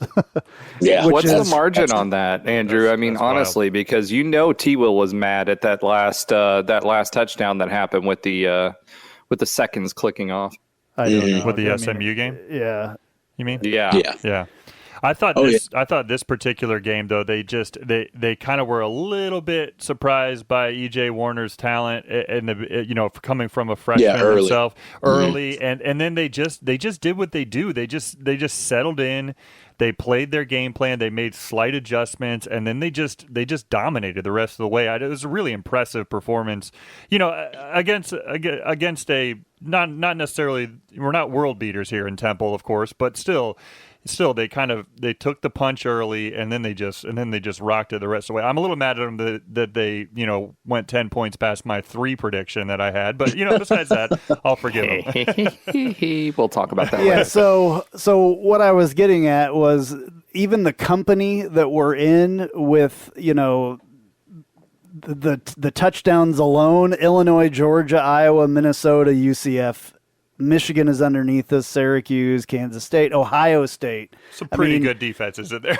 Yeah. Alabama really just happens to be number 16 in that. But that was after they just gave up, 52? Exactly, yeah. So you're talking about an elite, in the entire country, a elite defense. If you're, to me, with so many teams, if you're a top 20 in most of these things, you're elite in whatever company you're at. Whether it's offense, defense, special, whatever. If you're top 20 in the country, you're an elite, or really top 25. That's what it's for. That's an elite program, elite country. They're elite, wherever side of the ball. That's what it is. And that's kind of what I said. Even when they were scoring early on when I was taking notes, I'm like, they're not really doing anything bad defensively. I just think they were making some great plays. Yeah. I think the Warner, he was making just great plays, and Temple had some good little schemes early on for what we were doing. I think it was just good play calling, which sometimes you have to give it to them, and that's what it was. But once they settled down, make some quick adjustments like we always do, I think the defense is just like offense. They're too talented, they're too fast, they're too physical. It's going to be difficult to beat this team. because of how great and how great they play and how well they play to their strengths. It's going to be difficult. Yeah. Well, when we were talking last week, one of the things that I said was the key to the game was to make the quarterback uncomfortable, right? Mm-hmm. And so with Warner, he hadn't played lights out, but we were playing zone those first 3 series. So, when we're talking about this, I still, and I keep beating this drum, and I'm sorry I'm saying this week after week, but I still feel like, our advantage defensively is not zone. I know we're trying to play it, et cetera, but our defensive backs and our rushing attack, when we start putting pressure on the quarterback, we had 9 QB pressures this game, which was 1/4 or 25%. Well, it was 22 and change, but almost 1/4 of their passing attempts was under duress. And so I feel like what you saw was the defense change to go back to what our strengths are, which is pressure the quarterback, go get the quarterback, play man. Yeah. Yep. So, you tell me, what do you think? Is that what it is? Because I feel like I'm seeing that week in and week out. Yeah. The only thing that I can think of why he starts off in more zone coverage is maybe he's trying to confuse the quarterback, maybe, and just make him throw into coverage where it's an easy interception. The thing about man is if you can see it's man, you know what it is. It's not hard to figure out what coverage it is. It's okay, I need to see which guy can win the route. And as a quarterback, you're just thinking, okay, this is the man beating route. I'm going to go to this route. The thing that's great about zone is you can mix up zone, you can change zone, you can blitz and still run zone. You can, drop people that you might not expect to drop. But the thing is, again, you don't want to play to your team's weaknesses, or not necessarily it's a weakness, but our strengths, like you said, are press the quarterback and play man. That's what our athletes we got athletes in the back end, so let's do it. And we have athletes up front, and I think that's the thing is he just doesn't want to give away, hey, we're just going to play man, because over 4 quarters, a good offensive coordinator is just going to be like, hey, we're just going to start running, man beater routes, man beater, what routes can beat the coverages they're running. But yeah, again, I would rather die on the hill of, go get the quarterback, making them comfortable and prove to me that this quarterback can make these throws on the run, make these throws under pressure, because if he does, most likely he's going to be playing on Sundays or he's going to have a shot. And it's just so hard to make those throws consistently under pressure that I don't see why just not do it enough, especially when it's a freshman. I think he did eventually, which, again, I'm not complaining. I'm just saying, I just think that's where the hill that I would die on with our team. It's just, pressure the quarterback. If the quarterback can go out there and make, 15 to 25 throws under pressure and he completes them, then, hey, the better man won. You can't ask your defense too much more from that. But if you just sit back in zone and let them figure it out and pick you apart with no pressure, then that's kind of just, cutting your foot off. I don't see why we would do that. But it's amazing on how many of these categories on the NCAA stats. I'm looking on the NCAA website and looking at stats compared against every other FBS team. Team passing efficiency defense. We're number 9 in that category. That's way up there. Yeah, there's a bunch of these that we are top 25, if not top 10 on. So, this is very impressive. We're way higher in defensive efficiency and all that than we are on offensive, believe it or not.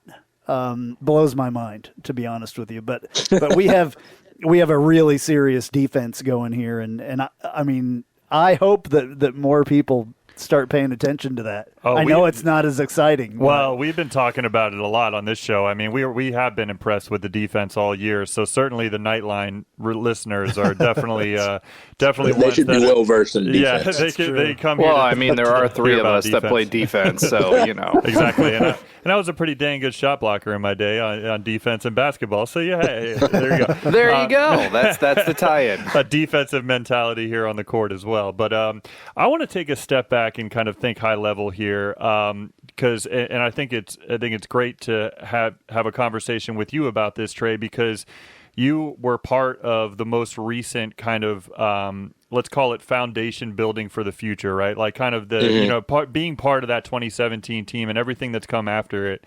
I think you can speak to this a little bit, but just the 3.5 hour recruiting video and hype video that Louis Riddick was putting on for UCF during that broadcast. Yeah.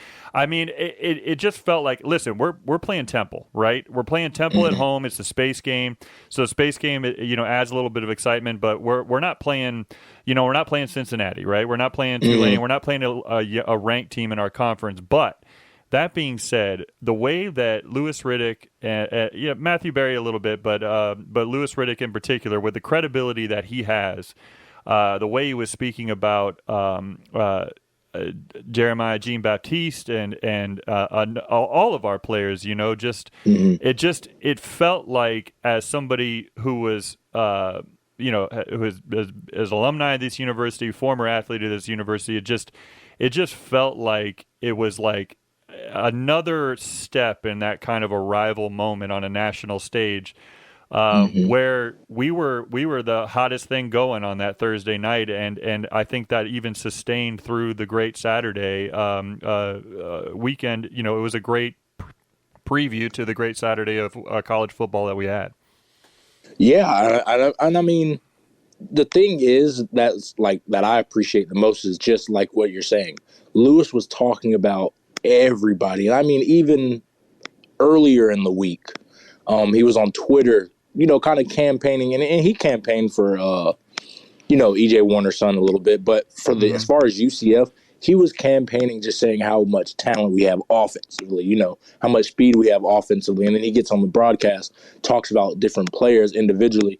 I think that's what, we need. And talking about the 2017, we were talented like that, but we kind of snuck up on people, I think, in the sense that you're like, oh, wow, this team's good. And not to say we were overshadowed, but Mackenzie Milton was playing at such a high level, it was almost impossible to not talk about him.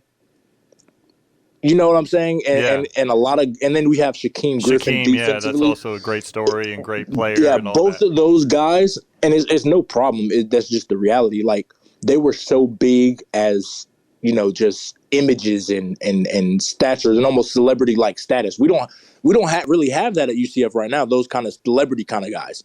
We have guys that are good players, but Shaquem and Mackenzie kind of overshadowed the Traquan Smiths, the Jordan Akins, and Mike Hughes, he was good, but, it was Shaquem's defense. But he overshadowed a Tristan Hill or Jemias Pittman, those guys who are very, very good football players to each of their own as well.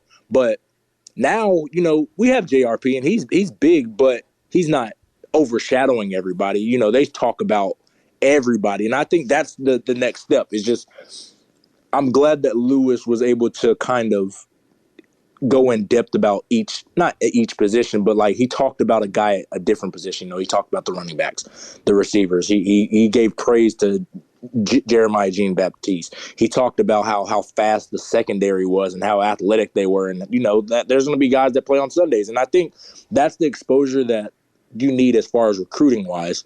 That's the exposure you need for kids. And yeah, we're playing Temple, but it doesn't matter the opponent. I mean, if you want to be honest, Alabama and Georgia, they're not playing, elite programs week in and week out. I don't care what people say about the SEC. Like it's very top heavy now, and it's getting a little bit more balanced. But for the past 20 years, it's been Alabama, Georgia, and then you have a couple other guys sprinkle in. But they're beating some teams that UCF's better than half the teams in the SEC. That's just my opinion.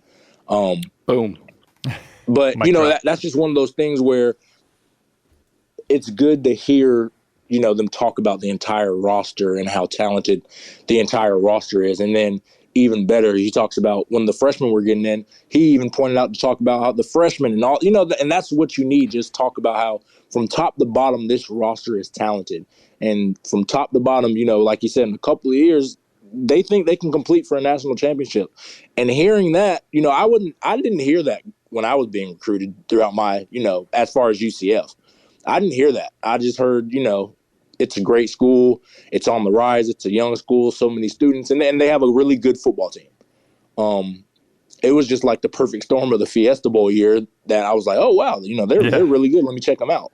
Now it's like everybody knows who UCF is. I mean, if I wear a UCF shirt anywhere, they're like, oh, yeah, but, I know about that school. Those guys are good at football. It wasn't like that when I was getting recruited. It was like, oh, y'all had a good year. Now it's like that's a football program, and I think that's just the steps that are taken to that. That's what I love to see that. Yeah, I think that's such a good point because the way you made that is because you mentioned how 2017 it was about the two special guys as long as who got the most attention. But you're right, though, the way that it was talked about on Thursday night and hopefully moving beyond that is it just seemed more sustainable, right? It seemed more about the program and the program that's being built as opposed to just one or two special players that other fans of other teams can kind of equate into kind of well, what are they going to do when they lose those guys, right? It's a flash in the pan. It seems more sustainable, so that's what makes it super exciting for us.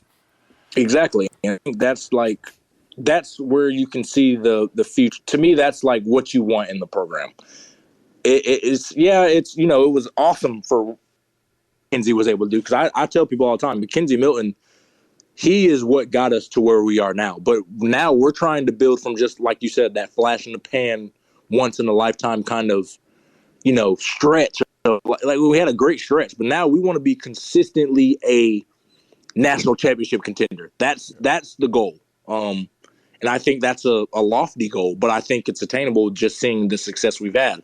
I think we went from the great Fiesta Bowl year to, wow, that was a great season. And then to 2017, and then 2018 was like, wow, that was like a great little run they had. Now we need to put, we're moving to all right, let's consistently be 10, 11, 12 win program. Let's go to the Big 12 and let's consistently challenge for national championships. And I think that's the step that we want to take. And I think we're taking the right step. Like you said, I think now we're turning into that program that is a dominant program. And I think, after this step is going to be the success we have with football and that to trickle down to the other sports. And, and I think that's all you can ask for. Just the notoriety of how great of a program it is from top to bottom, not just, the couple of studs we had, and again, they deserve all of the credit because I tell people that they were the ones that carried us, but I think that's the best thing you can ask for.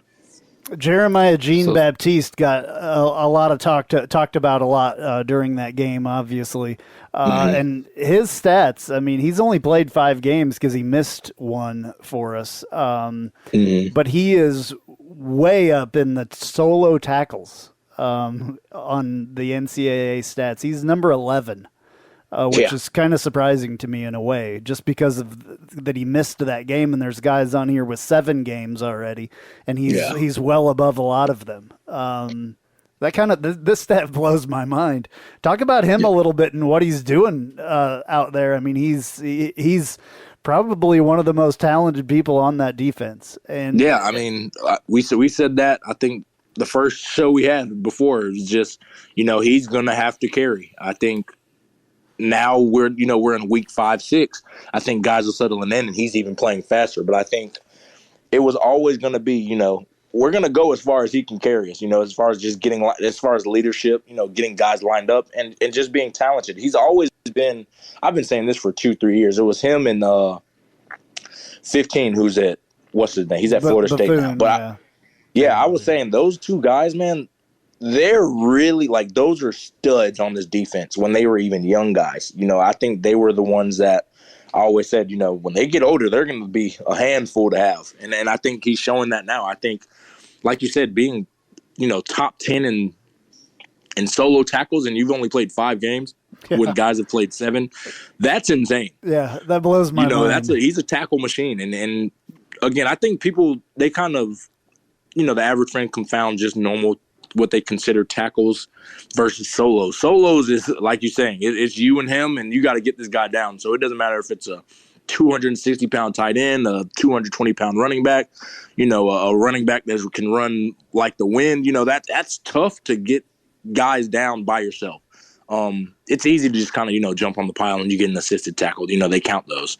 But to be, like you said, to be leading and, that high in solo tackles, that's very impressive. And I think that speaks to his skill set. I've said that from the beginning, that he's a uber talented guy who he has a chance to play on Sundays if he can keep it up.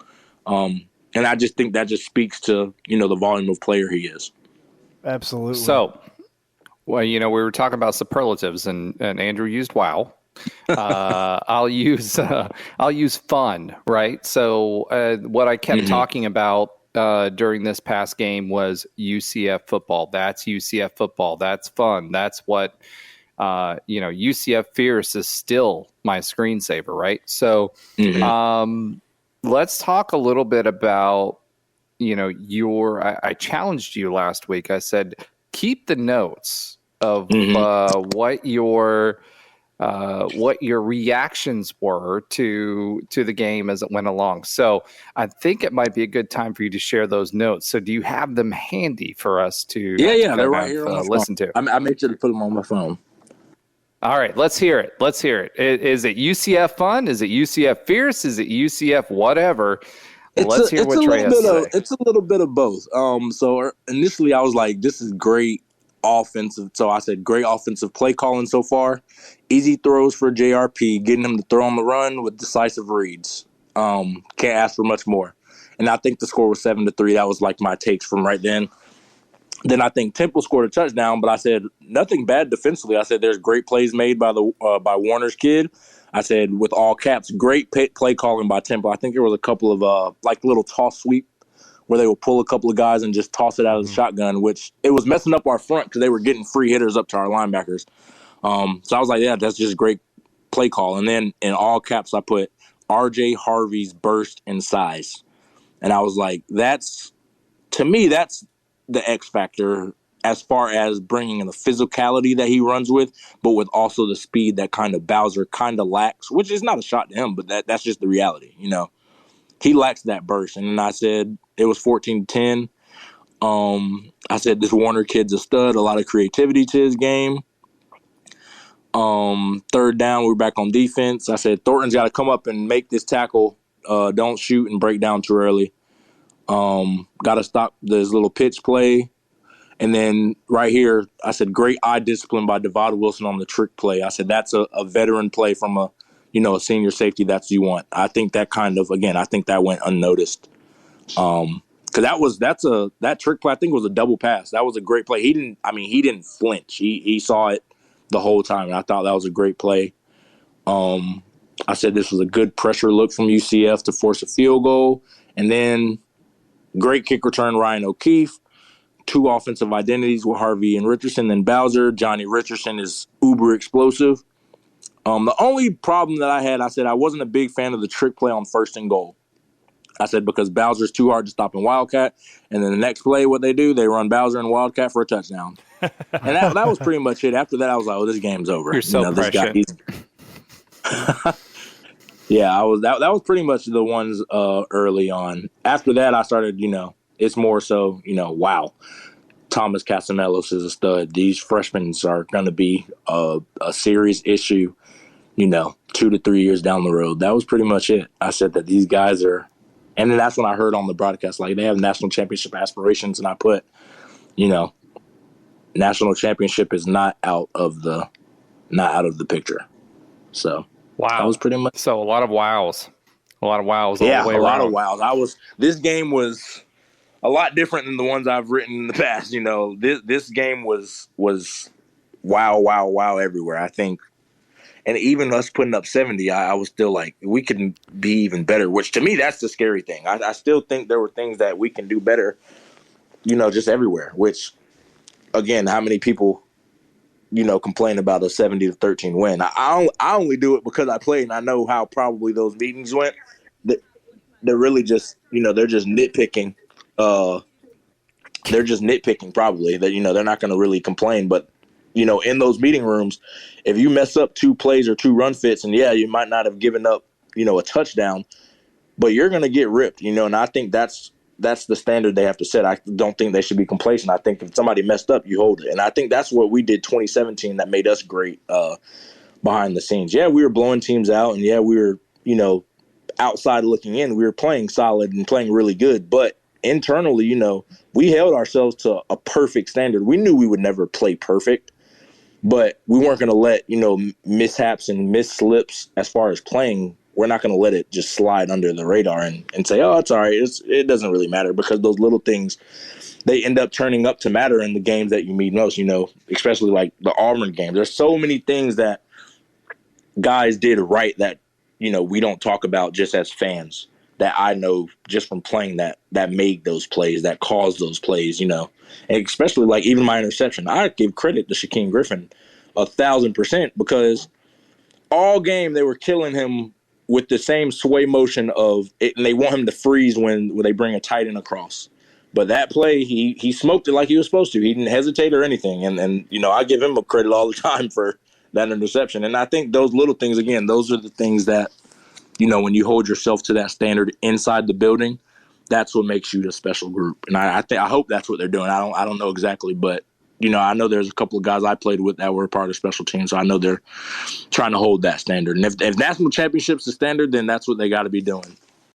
Yeah, I mean, you spoke there, Trey, about not getting complacent. You have a good game, or even if you have a bad play or a few bad plays, you've got to strive for that perfection, as you talked about, and I really read that into the next 4 games on our schedule. I mean, we've got at East Carolina, a night game in Greenville is nothing to sneeze at. That's for sure. We cannot be complacent, and then obviously you got Cincinnati at home, going to be a huge one, at Memphis, at Tulane, who just became ranked this week. So these next 4 games are so important, and I'm so glad that we got that, got the confidence from this Temple game, and hopefully we can continue to ride that wave. But, it's so important to not get too high on yourself as well, right? Because you got to sustain this type of intensity and success that we've had so far in the last few games here. Exactly. Like you just said, you have to, yes, what we did this past Thursday was great. That is what we can be every week. But don't try to, don't get the big head. Don't think that you've arrived by any means. Conference is still up in the air. As of, the way rankings are going, there's still a couple of teams that are higher ranked that the country thinks are better. So there's still that little bit of push that you want. There's still that little bit of drive. And I think that's, the key to try to figure out what do they want this season to be, as far as just as a group. For us in 2017, we didn't really even think we were going to go undefeated going in. We knew we could be good, but we didn't think we'd be that good. And once we started winning, we still had, a drive within us, because we just got embarrassed by USF that year, the year before. We just lost the heartbreaker to Temple the year before, 2016, the last second. So there were still driving factors for us that we used as motivation each and every week. And then even the conference championship game, we were like, how hard it is to beat a team once, let alone twice. Like, let's be different. Let's beat a team twice. This championship, this is what we've worked for all year, was for this moment. Let's not, let it slip away. So I think right now it's perfect. You guys just had a dominating game. So now what do you want to do about it? Do you want to be complacent? Do you want to just say, hey, this is what we can be?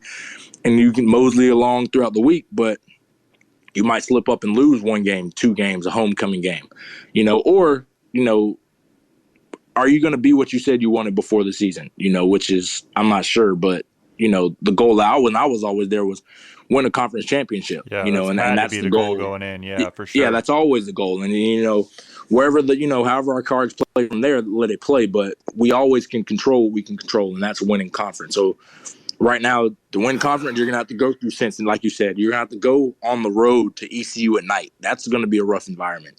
You're going to have to go beat Cincinnati. You know, you're going to have to go and beat a Memphis team who is turning into a rivalry that, you know, it's one of those games where anything can happen. You're going to have to go beat a Tulane team who's playing really good football right now. So, again, they control everything, you know, and I think in the locker room, that's where the leaders are going to have to step up and, you know, keep everybody level-headed. They always say you get 24 hours to enjoy it, and after that, you know, it's on to the next one. And that's the motto we lived on all of 2017, you know.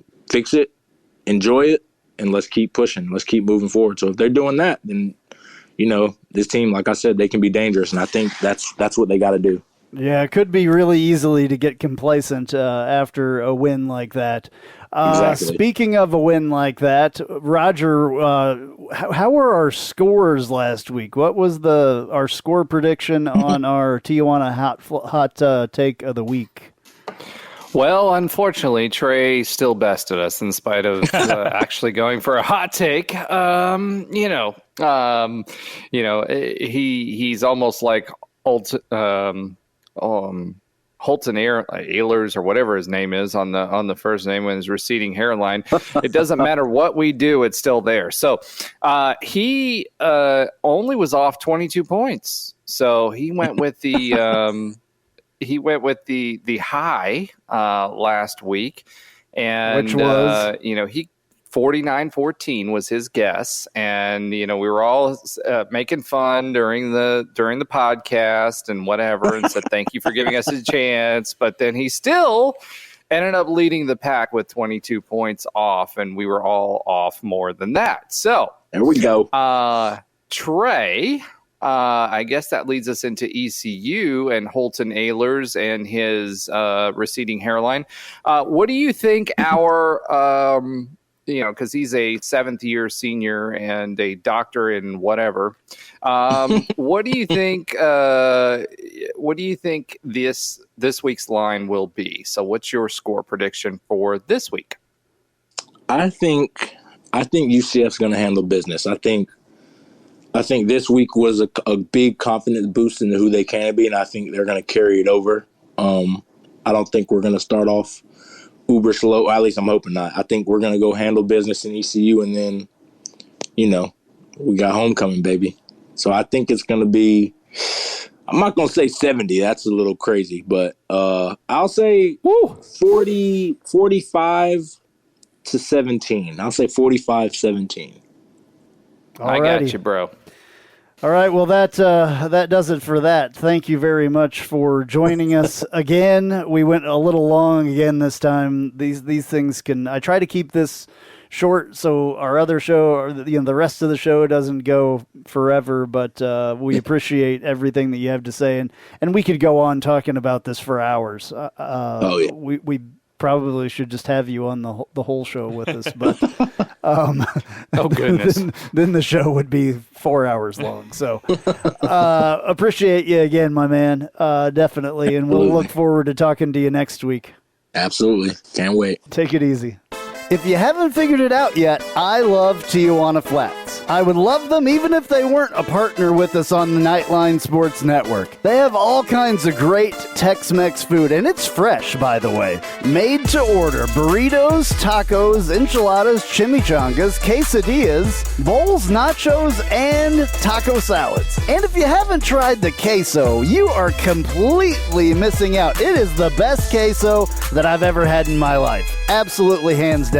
And the sauce bar that they have, everything from wild to mild in there. Absolutely awesome stuff. Not only do I love the food at Tijuana Flats, but I love the company, a UCF-born company. And they give back to the community with the Justin Queso Foundation. So head to your local Tijuana Flats. Tex-Mex for everyone.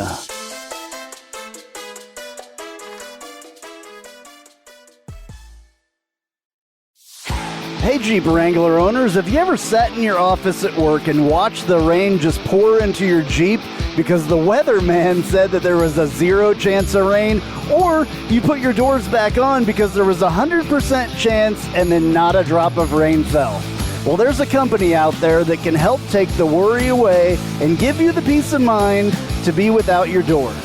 The company's called Life Without Doors. They make waterproof rain curtains and dash covers for Wranglers.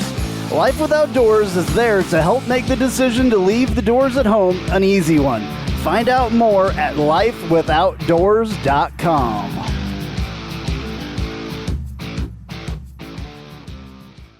Spice up your company with homemade marketing services from Tasty Gravy Creative.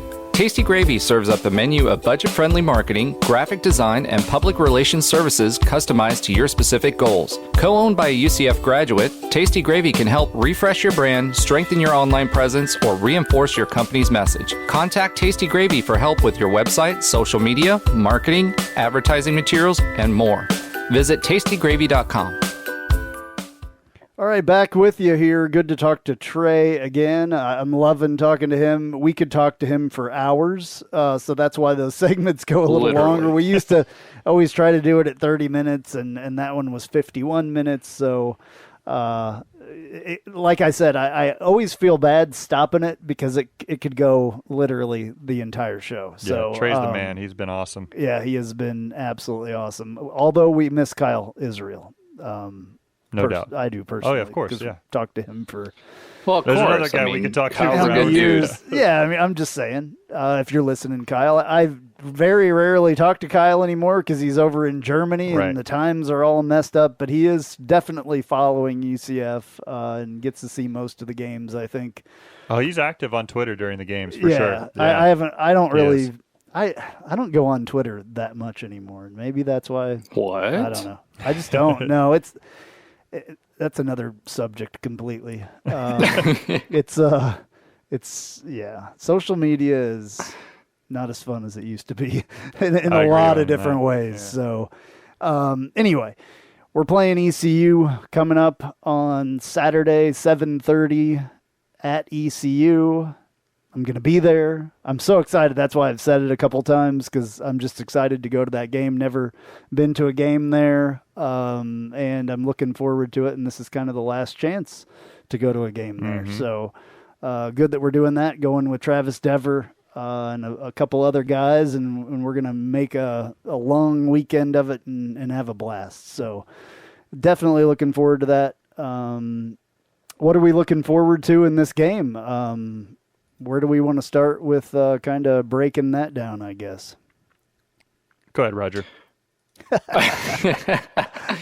Well, it's a Thursday night lights game at 7:30 p.m. on ESPNU.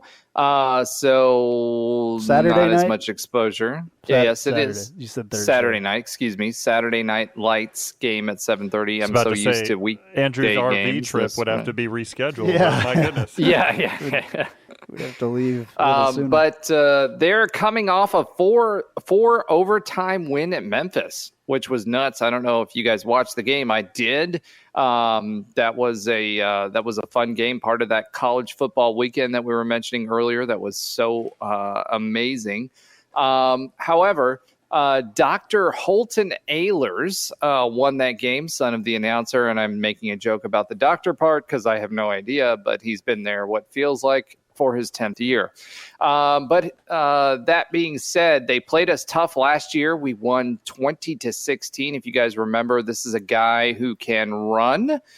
He can not just pass, but he can run. If the offense from this past weekend shows up, we should be much improved. But the other spotlight for ECU to kind of look out for is a running back with the last name of Elliott. He reminds me a lot of RJ Harvey. This is a guy who can follow his blocks but has good burst. They also have two really tall receivers that hurt us last year, so I'm hoping that we can get Holton Ehlers to play from behind, because if he does, he tends to make mistakes, and he's had turnovers every single game that we've played them, as long as they've played from behind.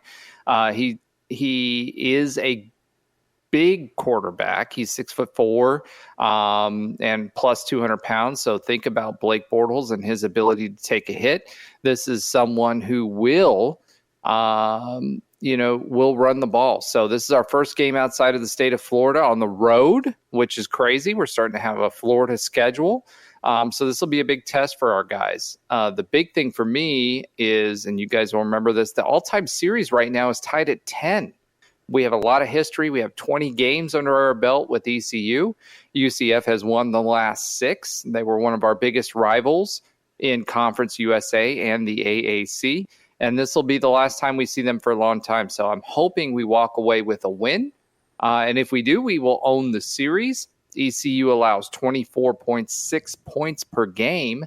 And we should be able to add to that average. We're only allowing 14.6. So I like our chances. They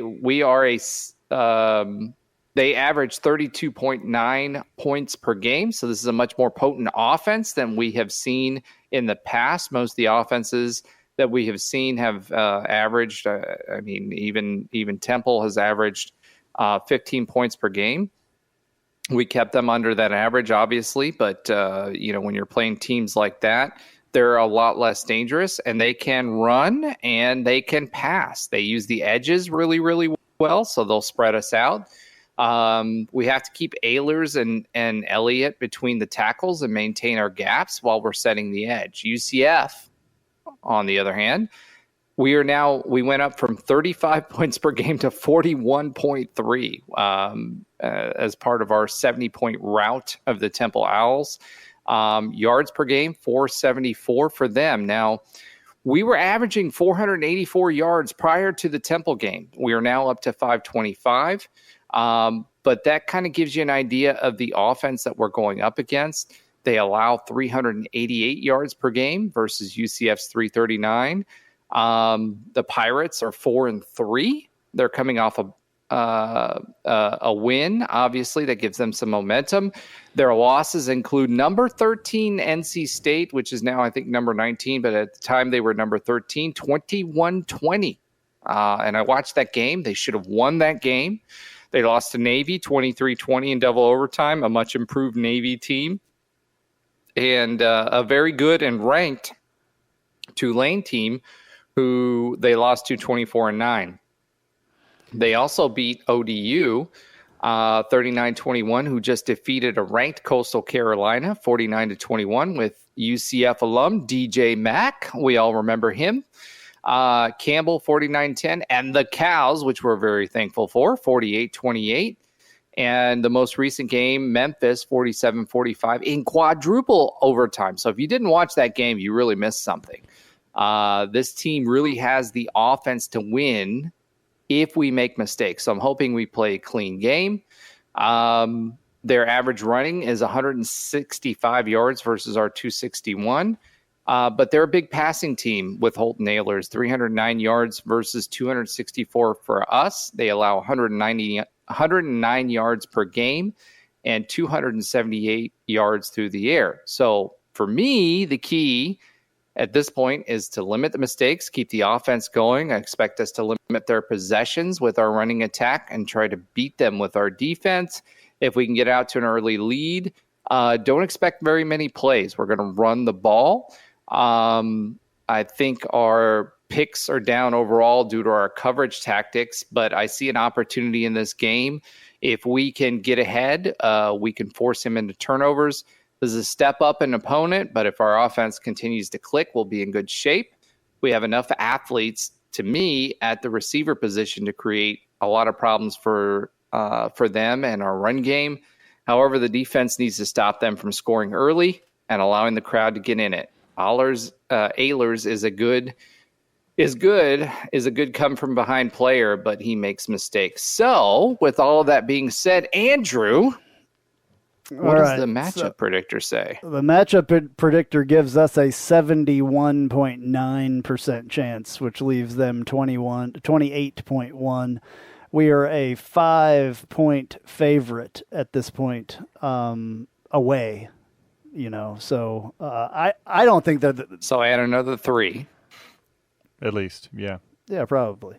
So I'm not worried as much about this game. I'm not.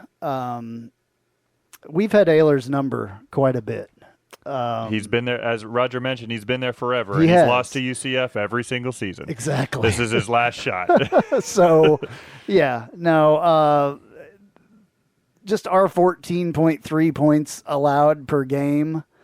I mean, our defense is firing on all cylinders. Yes, the entire team is starting to gel and has gelled, I think, especially this last week. I don't see ECU winning unless something crazy happens. So Gus Malzahn is pretty measured in his press conferences. He says a lot. He compliments the other team. The word "really good" comes out of his mouth when he talks about other teams, no matter what's going on. I mean, he talked about that's a really good defense that we just beat a 70-13 the other day. That's a really good SMU team that we beat. Blah blah blah. So but statistically he's right. I agree. What I'm trying to say though is that you can, if you pay attention, you can kind of pick these little things out. And going into the SMU game, one of the things you could pick out was that it really pissed Gus Malzahn off the amount or how we lost to them last year. And what I picked out about today's press conference when he talked about ECU is he mentioned a few times how close the game was last year. And I felt that while he was happy that we gutted it out and we won the game, obviously with the true freshman quarterback trying to get set in the offense at that point. But I think that 20-16 really bothers Gus. What happened last year, and if you're going to notch another notch on the revenge tour, which SMU was a great revenge. Louisville not so much. It feels like this is another one of those games that he wants to kind of continue to kind of show that we are a power in this conference, and that going into Greenville.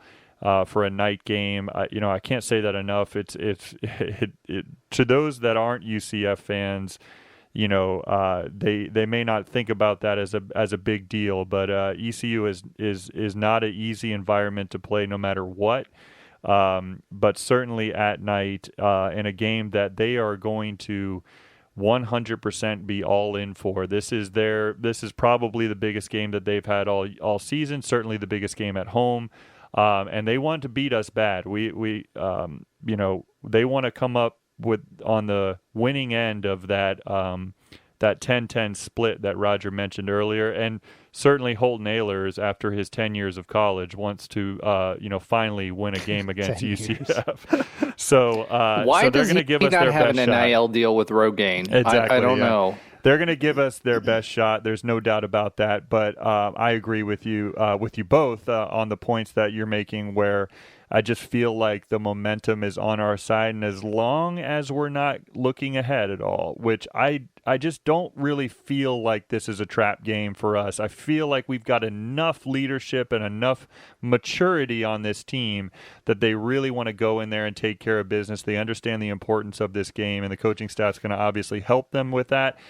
So I do feel like this is one where we go in there and take care of business. Speaking of trap games, the question was asked to Chip Lindsay about trap games today, and he says that they do not exist. That is all in fans' heads. Well, that does not exist that whatsoever. Answer out of somebody like Chip Lindsay. I honestly do. Yeah.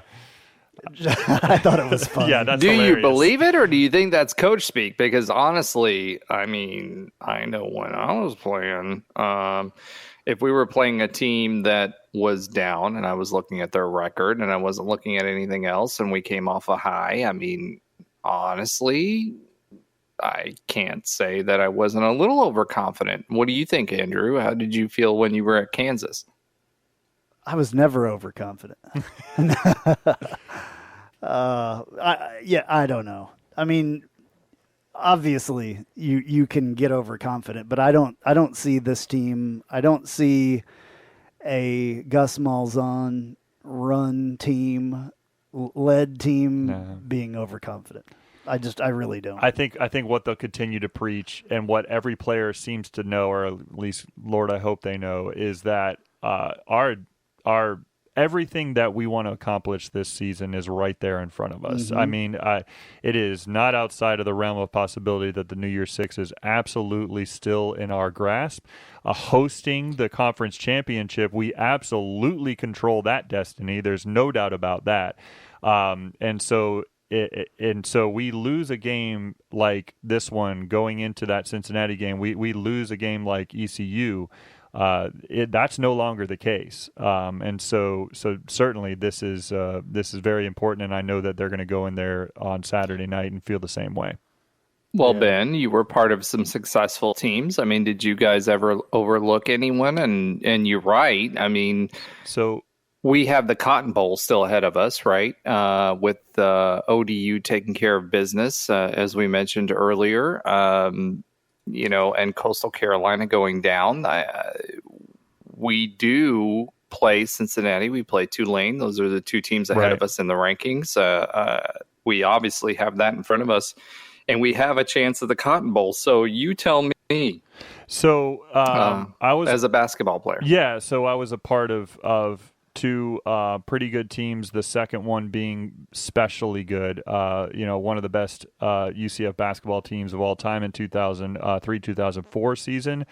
And as far as wins, we broke the school record for wins that season and consecutive wins up until that point. And I know that when we ran into adversity in the 2002-2003 season prior to that, we had a lot of talent on that team, had some good senior talent, but the difference in senior leadership between that 03 season and 04 season was stark. It was a big difference in our success. And when there was a time during that 14-game win streak where we actually just barely beat a couple teams that we should have beat handily, and that was a time that I remember where players-only meetings would happen on the road in a hotel room. We all got together and literally hashed it out, yelled at each other for an hour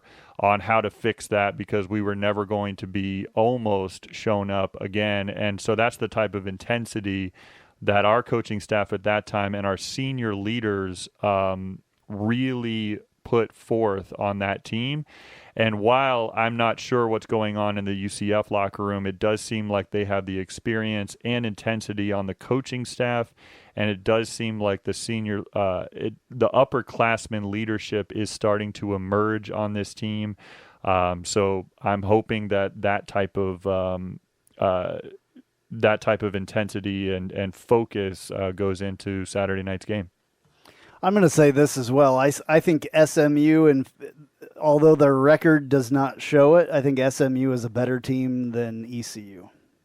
I would agree with that. So and we pretty handily beat SMU. I don't see this one. I'm not worried. I'm just not worried about it. Yeah. While Andrew's not worried. While they're not one to be overlooked, I do agree with they seem like kind of top to bottom. SMU seemed like the better offense of the two teams that kind of rely on offense.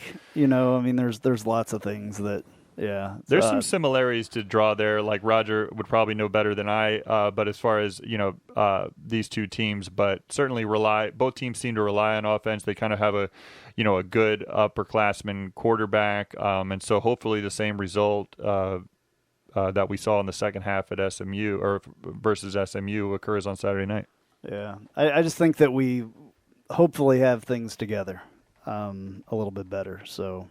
We certainly have momentum and confidence right now. We just got to keep that up. Yeah, for sure. Not overconfidence is what we don't need. All right, Roger, there was another thing that you wanted to bring up that we talked about during the break. Do you remember? Okay. Nope. Cincinnati Jog my memory, please. Game. You were talking. Oh, Cincinnati. Yeah. So there's a distinct possibility that the Cincinnati game may be a game day game. Now, we had a game day game versus Cincinnati, and we all remember how that went. That was a night game. This game is potentially on ABC/ESPN, depending on whether Cincinnati wins and we win versus ECU. I think I can confidently say that we will win. Both of us will win, which means that it'll be a ranked matchup, with Cincinnati coming home to the bounce house again this week or that week. So I'm hoping that we get another ESPN game day game, and some folks that are in the know and are involved with ESPN are hinting or saying that that is a distinct possibility. These are the same folks that said that this would happen the last time it happened. So I think there's a distinct possibility that we may have a game day game.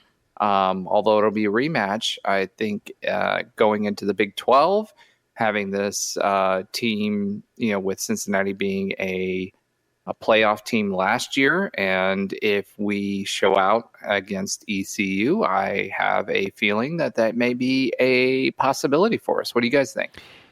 So there's a couple of ranked matchups that they're right now, as of right now. I'm sorry, Andrew, I didn't mean to cut you off on your point there. You're good. I just want to add a couple of let's say the ones that could throw the wrench in that situation. And I agree with you that we'll both be ranked going into that game. So certainly it's an enticing matchup. And I think we'll break the top 25 if we win this week? Yes, I do. Okay. We're 27 and 29 this week, so I could not see us, but especially ECU if we do is it not a ranked opponent. I would say it depends on performance. I'm not going. If we look as impressive, not that we don't even have be. to look I think we as should be impressive there now, necessarily. But if we look impressive and we get some losses above us, then yeah, I think there's a great chance for that. And not to mention, the game's either going to be on ESPN, the main ESPN, or ABC. ESPN's going to want that game to be ranked. Yeah, they're going to want that matchup to be ranked. Now, so hopefully that is the case. There's a couple that could kind of throw the wrench in it. Oklahoma State, Kansas State, that's 11-17 as of right now, 11 versus 17. We mentioned Ohio State and Penn State is that week, but you're as far as in the break we mentioned that to each other. That's the Fox game. That's that big Saturday game. So that's not going to be the game day game. Florida, Georgia could be a chance there, but also Florida's not playing well, so I can't see that being the one. Tennessee, Kentucky. Tennessee jumped to number 3 in the rankings. Kentucky is number 19 in the rankings. That's a big rivalry game. That could have potential. And then also Michigan State and Michigan. Michigan State, not very good this year, but maybe they want to showcase Michigan as well. Lastly, I guess you could say Ole Miss, Texas A&M, but Texas A&M is very much underperformed this year. And it's actually at Texas A&M. Do they go all the way from the east or the west coast to the east coast within a week's time, as far as logistics go? I don't know. Because they're Oregon. They're at Oregon. Yeah, this week. So it definitely won't be at Oregon again. I don't know. I'm going to forget the Ole Miss Texas A&M thing because it would be actually at Texas A&M, and that's not the premier team in that matchup. So really, I think the biggest chance is that Tennessee Kentucky. But weren't they wasn't that this last weekend's game day with Kentucky? Tennessee? Was 5-2. Tennessee. Yeah, that's what I'm saying. So they're not going to be 2 or 3 weeks. I doubt that would happen for ESPN's sake. So. No, I just wonder if they would stop in the middle since they're all the way on the West Coast this week, and then they're. Well, I think we have a built-in. All the way. We have a built-in, advantage with Lee Corso. He's based out of Orlando, so obviously he's been supportive of UCF, but beyond that, just the fact that he's home. And he just got back into the rotation because he was out sick for a little bit. That may be a factor as well. They were in Knoxville twice this year already. Yeah, which is interesting. Kansas State plays TCU, undefeated TCU this week. Yeah. That's this week. If that's this week. Oh, so I thought that was next week. No. So if they beat TCU, they're going to be much higher ranked going hosting Oklahoma State. So that matchup is probably the biggest kind of marker that could get us there. Yeah. And that's another UCF. Could be the precedent. Yeah, it could be the game. Yeah, that's another UCF. I mean, it would be great, obviously, if that happens again. I'm not going to hold my breath, but and the same matchup, wouldn't that be interesting? It would. I mean, the same matchup. Cincinnati coming to town. Can we force them to? I mean, would that set the stage for a rivalry for the Big 12? I think it would. I don't think that they're going to be our natural rival, though. I was arguing with somebody on Facebook on one of the UCF groups about that. I don't think they're going to be West Virginia's natural rival. So I don't think they're going to be. Houston is going to be our natural rival. Yeah, I don't think that they're necessarily our natural rival, but Andrew, I've been saying this since I joined the podcast. I mean, when it comes to football and basketball, I just feel like Cincinnati's kind of that rivalry we deserve, and one that because USF hasn't held up their end of the bargain over the last few years. I just think that they have a long history already with West Virginia. I'm with you on that. I agree with you. That will they have their own trophy. And then they announced the rivalries for basketball. For basketball and Houston and UCF, which is great because we get the Final Four team every year. We get Houston. That's fantastic. Thanks a lot. Thanks a lot, new Big 12. Yeah. Basketball. So I don't know. That was. I just feel that kind of gave it away. If they're pairing, making the natural I don't know if it's natural rivalries. Not natural, but I think the ESPN rival. I agree with you there. Yeah. I don't think that's a natural rivalry. I think we have, from football perspective, I mean, we do have some history with Houston. I mean, our first top 10 win was against Houston. I don't know if you remember that goal line stand. I do. However, we've been that being said, conferences a lot longer with them too. Yeah, I agree. But I think the more meaningful games have been against Cincinnati. Yeah, and in the two sports that are probably most important as far as viewership and all that revenue and all that football and basketball, that rivalry has kind of stood up to be a great one in both of those sports over the last few years. I mean, you think about that magical 2018 season for basketball, or was it 2019? 2018, yeah, 2018 season for basketball. They had to, they didn't necessarily have to, but beating Cincinnati on senior night with BJ Taylor and all those guys, that was absolutely solidified the first at-large bid ever. That's in basketball. And then obviously over the last 4 or 5 years, we've really had some huge games in football against them, despite last year, but certainly over the last 4 years prior to that. I think our problem with this whole rivalry thing and the way that the Big 12 is going to build the rivalries is that we are minus about 100 years on a lot of these schools. Certainly. And that's gonna be huge, I think. Yeah. Because for basketball, I mean, honestly, for basketball, Ben, to your point, I hate Cincinnati. They play a very tough brand of basketball. Yeah, they clothesline folks. They're like the Pistons. I've been at those games, early '90s. I've been at every one of those games, and they are a very physical basketball team. Houston isn't that way. I mean, the only thing that I hate about Houston basketball is their coach because he strips and he is able to work the referees during the entire game. But outside of that, I really have no reason to hate Houston. Cincinnati, on the other hand, they play a very physical brand of basketball, and it pisses me off when they're clotheslining folks and everything else. So for me, I think Cincinnati, from a basketball perspective, and I know what the history is between Cincinnati and West Virginia, and I know that they have a trophy game already, etc. But I'd rather be, rivals with Cincinnati than I would Houston. Houston's like meh. Cincinnati, yeah.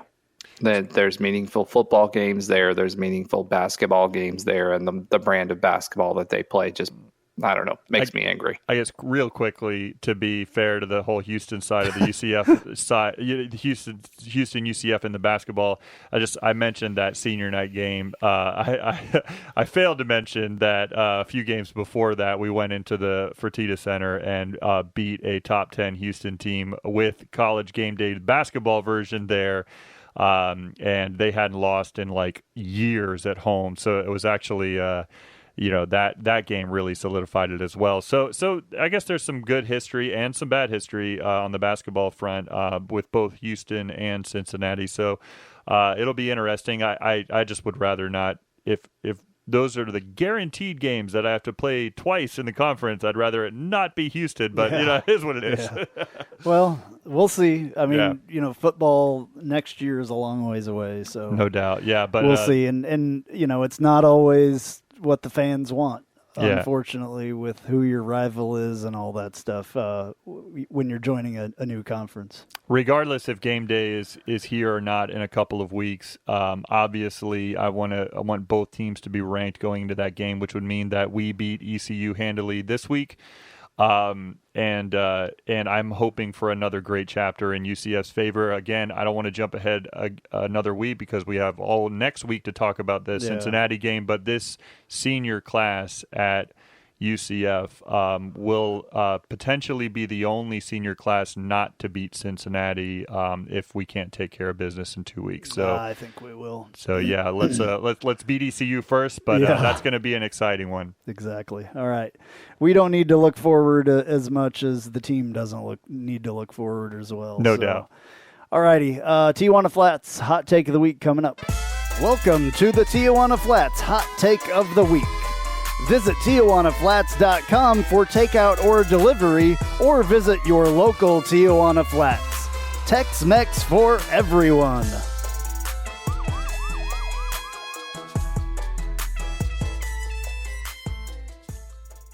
All right, Tijuana Flats hot take of the week, where we give you our score predictions for the game this week. I have not made it to Tijuana Flats this week yet, but I did last weekend, so I'm more than happy to do that every chance that I get. Huge Tijuana Flats fan as well. So, Roger, why don't you start us off here with your Tijuana Flats hot take of the week? Ooh, right into the fire. Well, first of all, well, I guess everybody knows Trey, but explain Trey's again. What was his?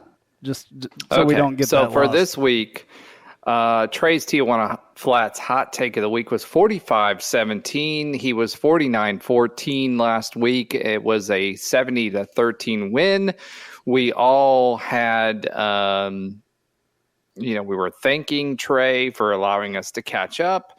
And because we were all around the 30-point margin, Ben was 40-3. I was 38-10. Andrew was 31-7. He went a little conservative. And we dropped 70 on Temple. So for the series lead last week, Andrew was off by 45 points, which is crazy. I'm happy for UCF, but at the same time, that's crazy that we were off that much. Go ahead. Didn't have confidence. I have a lot more now. Wow. Yeah. Well, I've been telling you all along, and I think I messaged you this. This was the week for you to drop 70 on somebody. We've been talking about that all season long. So for the series lead this week, Andrew actually was the high point at 45 points. Ben came in. He was 40 points off. So thank you, Ben, for allowing me to catch you a little bit this week. Maybe this whole thing is working where we're not putting in our scores ahead of time. I was off by 35 and Trey was off by 22. So clearly, I hope you weren't betting on our on our predictions. That being said, for the season, AP, you are still bringing up the number 4 spot with 138. I am 120, so I'm running third. Ben, I'm hot on your heels. You are at 116, so we're 4 points apart. And Trey surprised us with 79 points. So, have we ever? Excuse me, just for a second. Have we have we ever talked about what the winner has to do? Because the winner is really the loser in this whole thing. You mean the high that score? What it is? You mean the high score, or what do you mean? No. The winner with the lowest score, right. The one that's the one that actually predict the best. Yeah, has to buy us all dinner. Is that what it is? Yeah, that's what all right, it is. all right. I'm down with that. I just, halfway through the season, I figured if we hadn't talked about that, we should probably talk about that now. So Trey, it's looking like you're going to buy us all steaks. Sweet, Trey. Yeah. That's nice. awesome. Medium rare is the way I like my steak. I'll go. Hey, listen, I have a few steak places that we could, suggest. Well, because we're not going to Longhorn. I can say that. Yeah, well, whatever. We can do, what's the place? Oh, man. Sanford has a really great steak place. I'll go ahead with your Tijuana Flats hot take of the week, and then I'll explain where it's going to be. Okay, I'll take it, because either way, Ben and I are good, right? And so are you. So, Trey, you're quite a ways ahead of us, and that's good for us, because it sounds like we're going to get a free steak dinner out of that. So that Trey has not agreed to. I'm good with that. I'm thinking a tomahawk somewhere, but whatever, Pittsburgh style. We won't go there. That being said, for my Tijuana Flats hot take of the week, I'm literally doing this off the cuff. In the spirit of this, I'm going to say 42 to I'm going to say 28. So that is my Tijuana Flats hot take of the week. All righty, Ben. All right. Wrote this down just before I kind of did it off the cuff as well, but I'm doing 38 to 24. I think we come back a little bit under the lights at Greenville as far as the scoring barrage. 38 is still a lot of points. I think that they are able to put up a few touchdowns on us. 38-24. That just doesn't fit what our defense has been doing, though, guys. I think everybody overbid. Yeah, on that. I hope so. I'd Listen, rather be we off win as no long matter as what. Yeah, I'd rather be wrong if that means that UCF Oh, held down to no, nothing. let's not try to be wrong. I mean, I'm not trying to get us to do that. No, that's just. But to your point, Andrew, and what you always say every week, this is our hot take of the week. So I'm going to go a little higher this time with my points scored for UCF. And I am going to say, we're definitely getting into the 50s, I think. Wow. Let's say 56-14. Man, 56-14. That's quite high. Well, I'm just thinking that 14.3, I think, is where we're at right now with what we're letting teams score. I don't think ECU has a lot for us, and I think that we're gonna try to shove it down their throats as much as we possibly can. So it's a hot take, and you never know. So we shall see. That would be spiking the football on this rivalry that we've had with ECU. Going back a couple decades here. So that would be an exclamation point and on I the think end it of would that be whole highly thing. That'd be pretty appropriate, awesome. and I'm going to be at the game, so I feel that it's just going to speak it into existence, man. I'm all about it. Yeah, please. I love it because I'd like to score more points than Holton Ehlers pays for his Rogaine every month. So obviously he doesn't use Rogaine because he'd have some hair. All right, that's true. Coming up, news and notes. I'm Jeff Allen. Join me each and every week on the Knightline Sports Network for the AAC Report. We bring you in-depth coverage of each school in football, basketball, baseball, softball, soccer, golf, tennis, and more, as well as bring you insider interviews and focus in on the biggest games and news of the week. That's all right here each week on the AAC Report, only on the Knightline Sports Network. And now, news and notes from the world of UCF sports.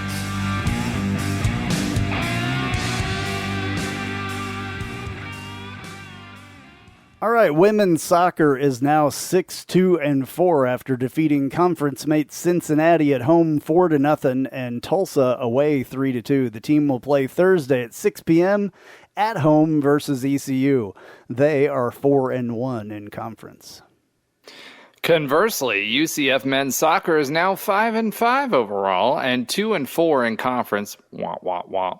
After dropping games at FIU 3-1 and at UAB 1-3. At this point, the Knights' only hope to win the conference is to win the conference tournament after some promising preseason buzz. They are scheduled to play versus Charlotte on Friday at 7 p.m. at the Plex. UCF women's volleyball is now ranked number 17 in the country and is 15-1 after sweeping Tulane, Temple, and ECU 3-0. The team is now 7-1 in conference and looks dominant. Meanwhile, according to Wikipedia's UCF's very own Gabe Davis is now the owner of Andrews Kansas City Chiefs after a close win. Congrats, Gabe. The team is slicing its way through the competition and will play the Cows at 7 p.m. Wednesday. So make sure you stop by for some steak dinner. I'm not even going to comment on that because Roger's the only one that found it funny. Congratulations to McKenna. I'm still giggling. Congratulations to McKenna Millville on another milestone in her Hall of Fame career as she has eclipsed 115,000, 1,500 digs. She was also AAC Offensive Player of the Week and leads the nation in kills and points per set. Charge on.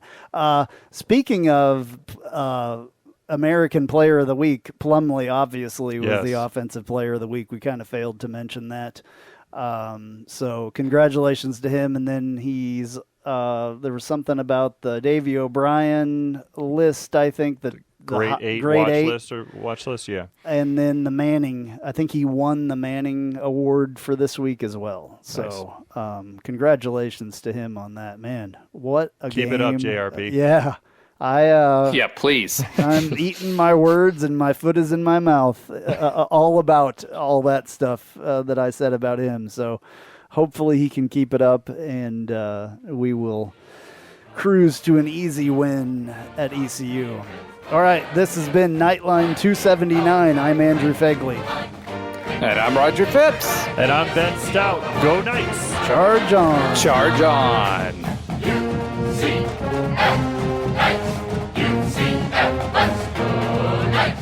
UCF, charge on to the field.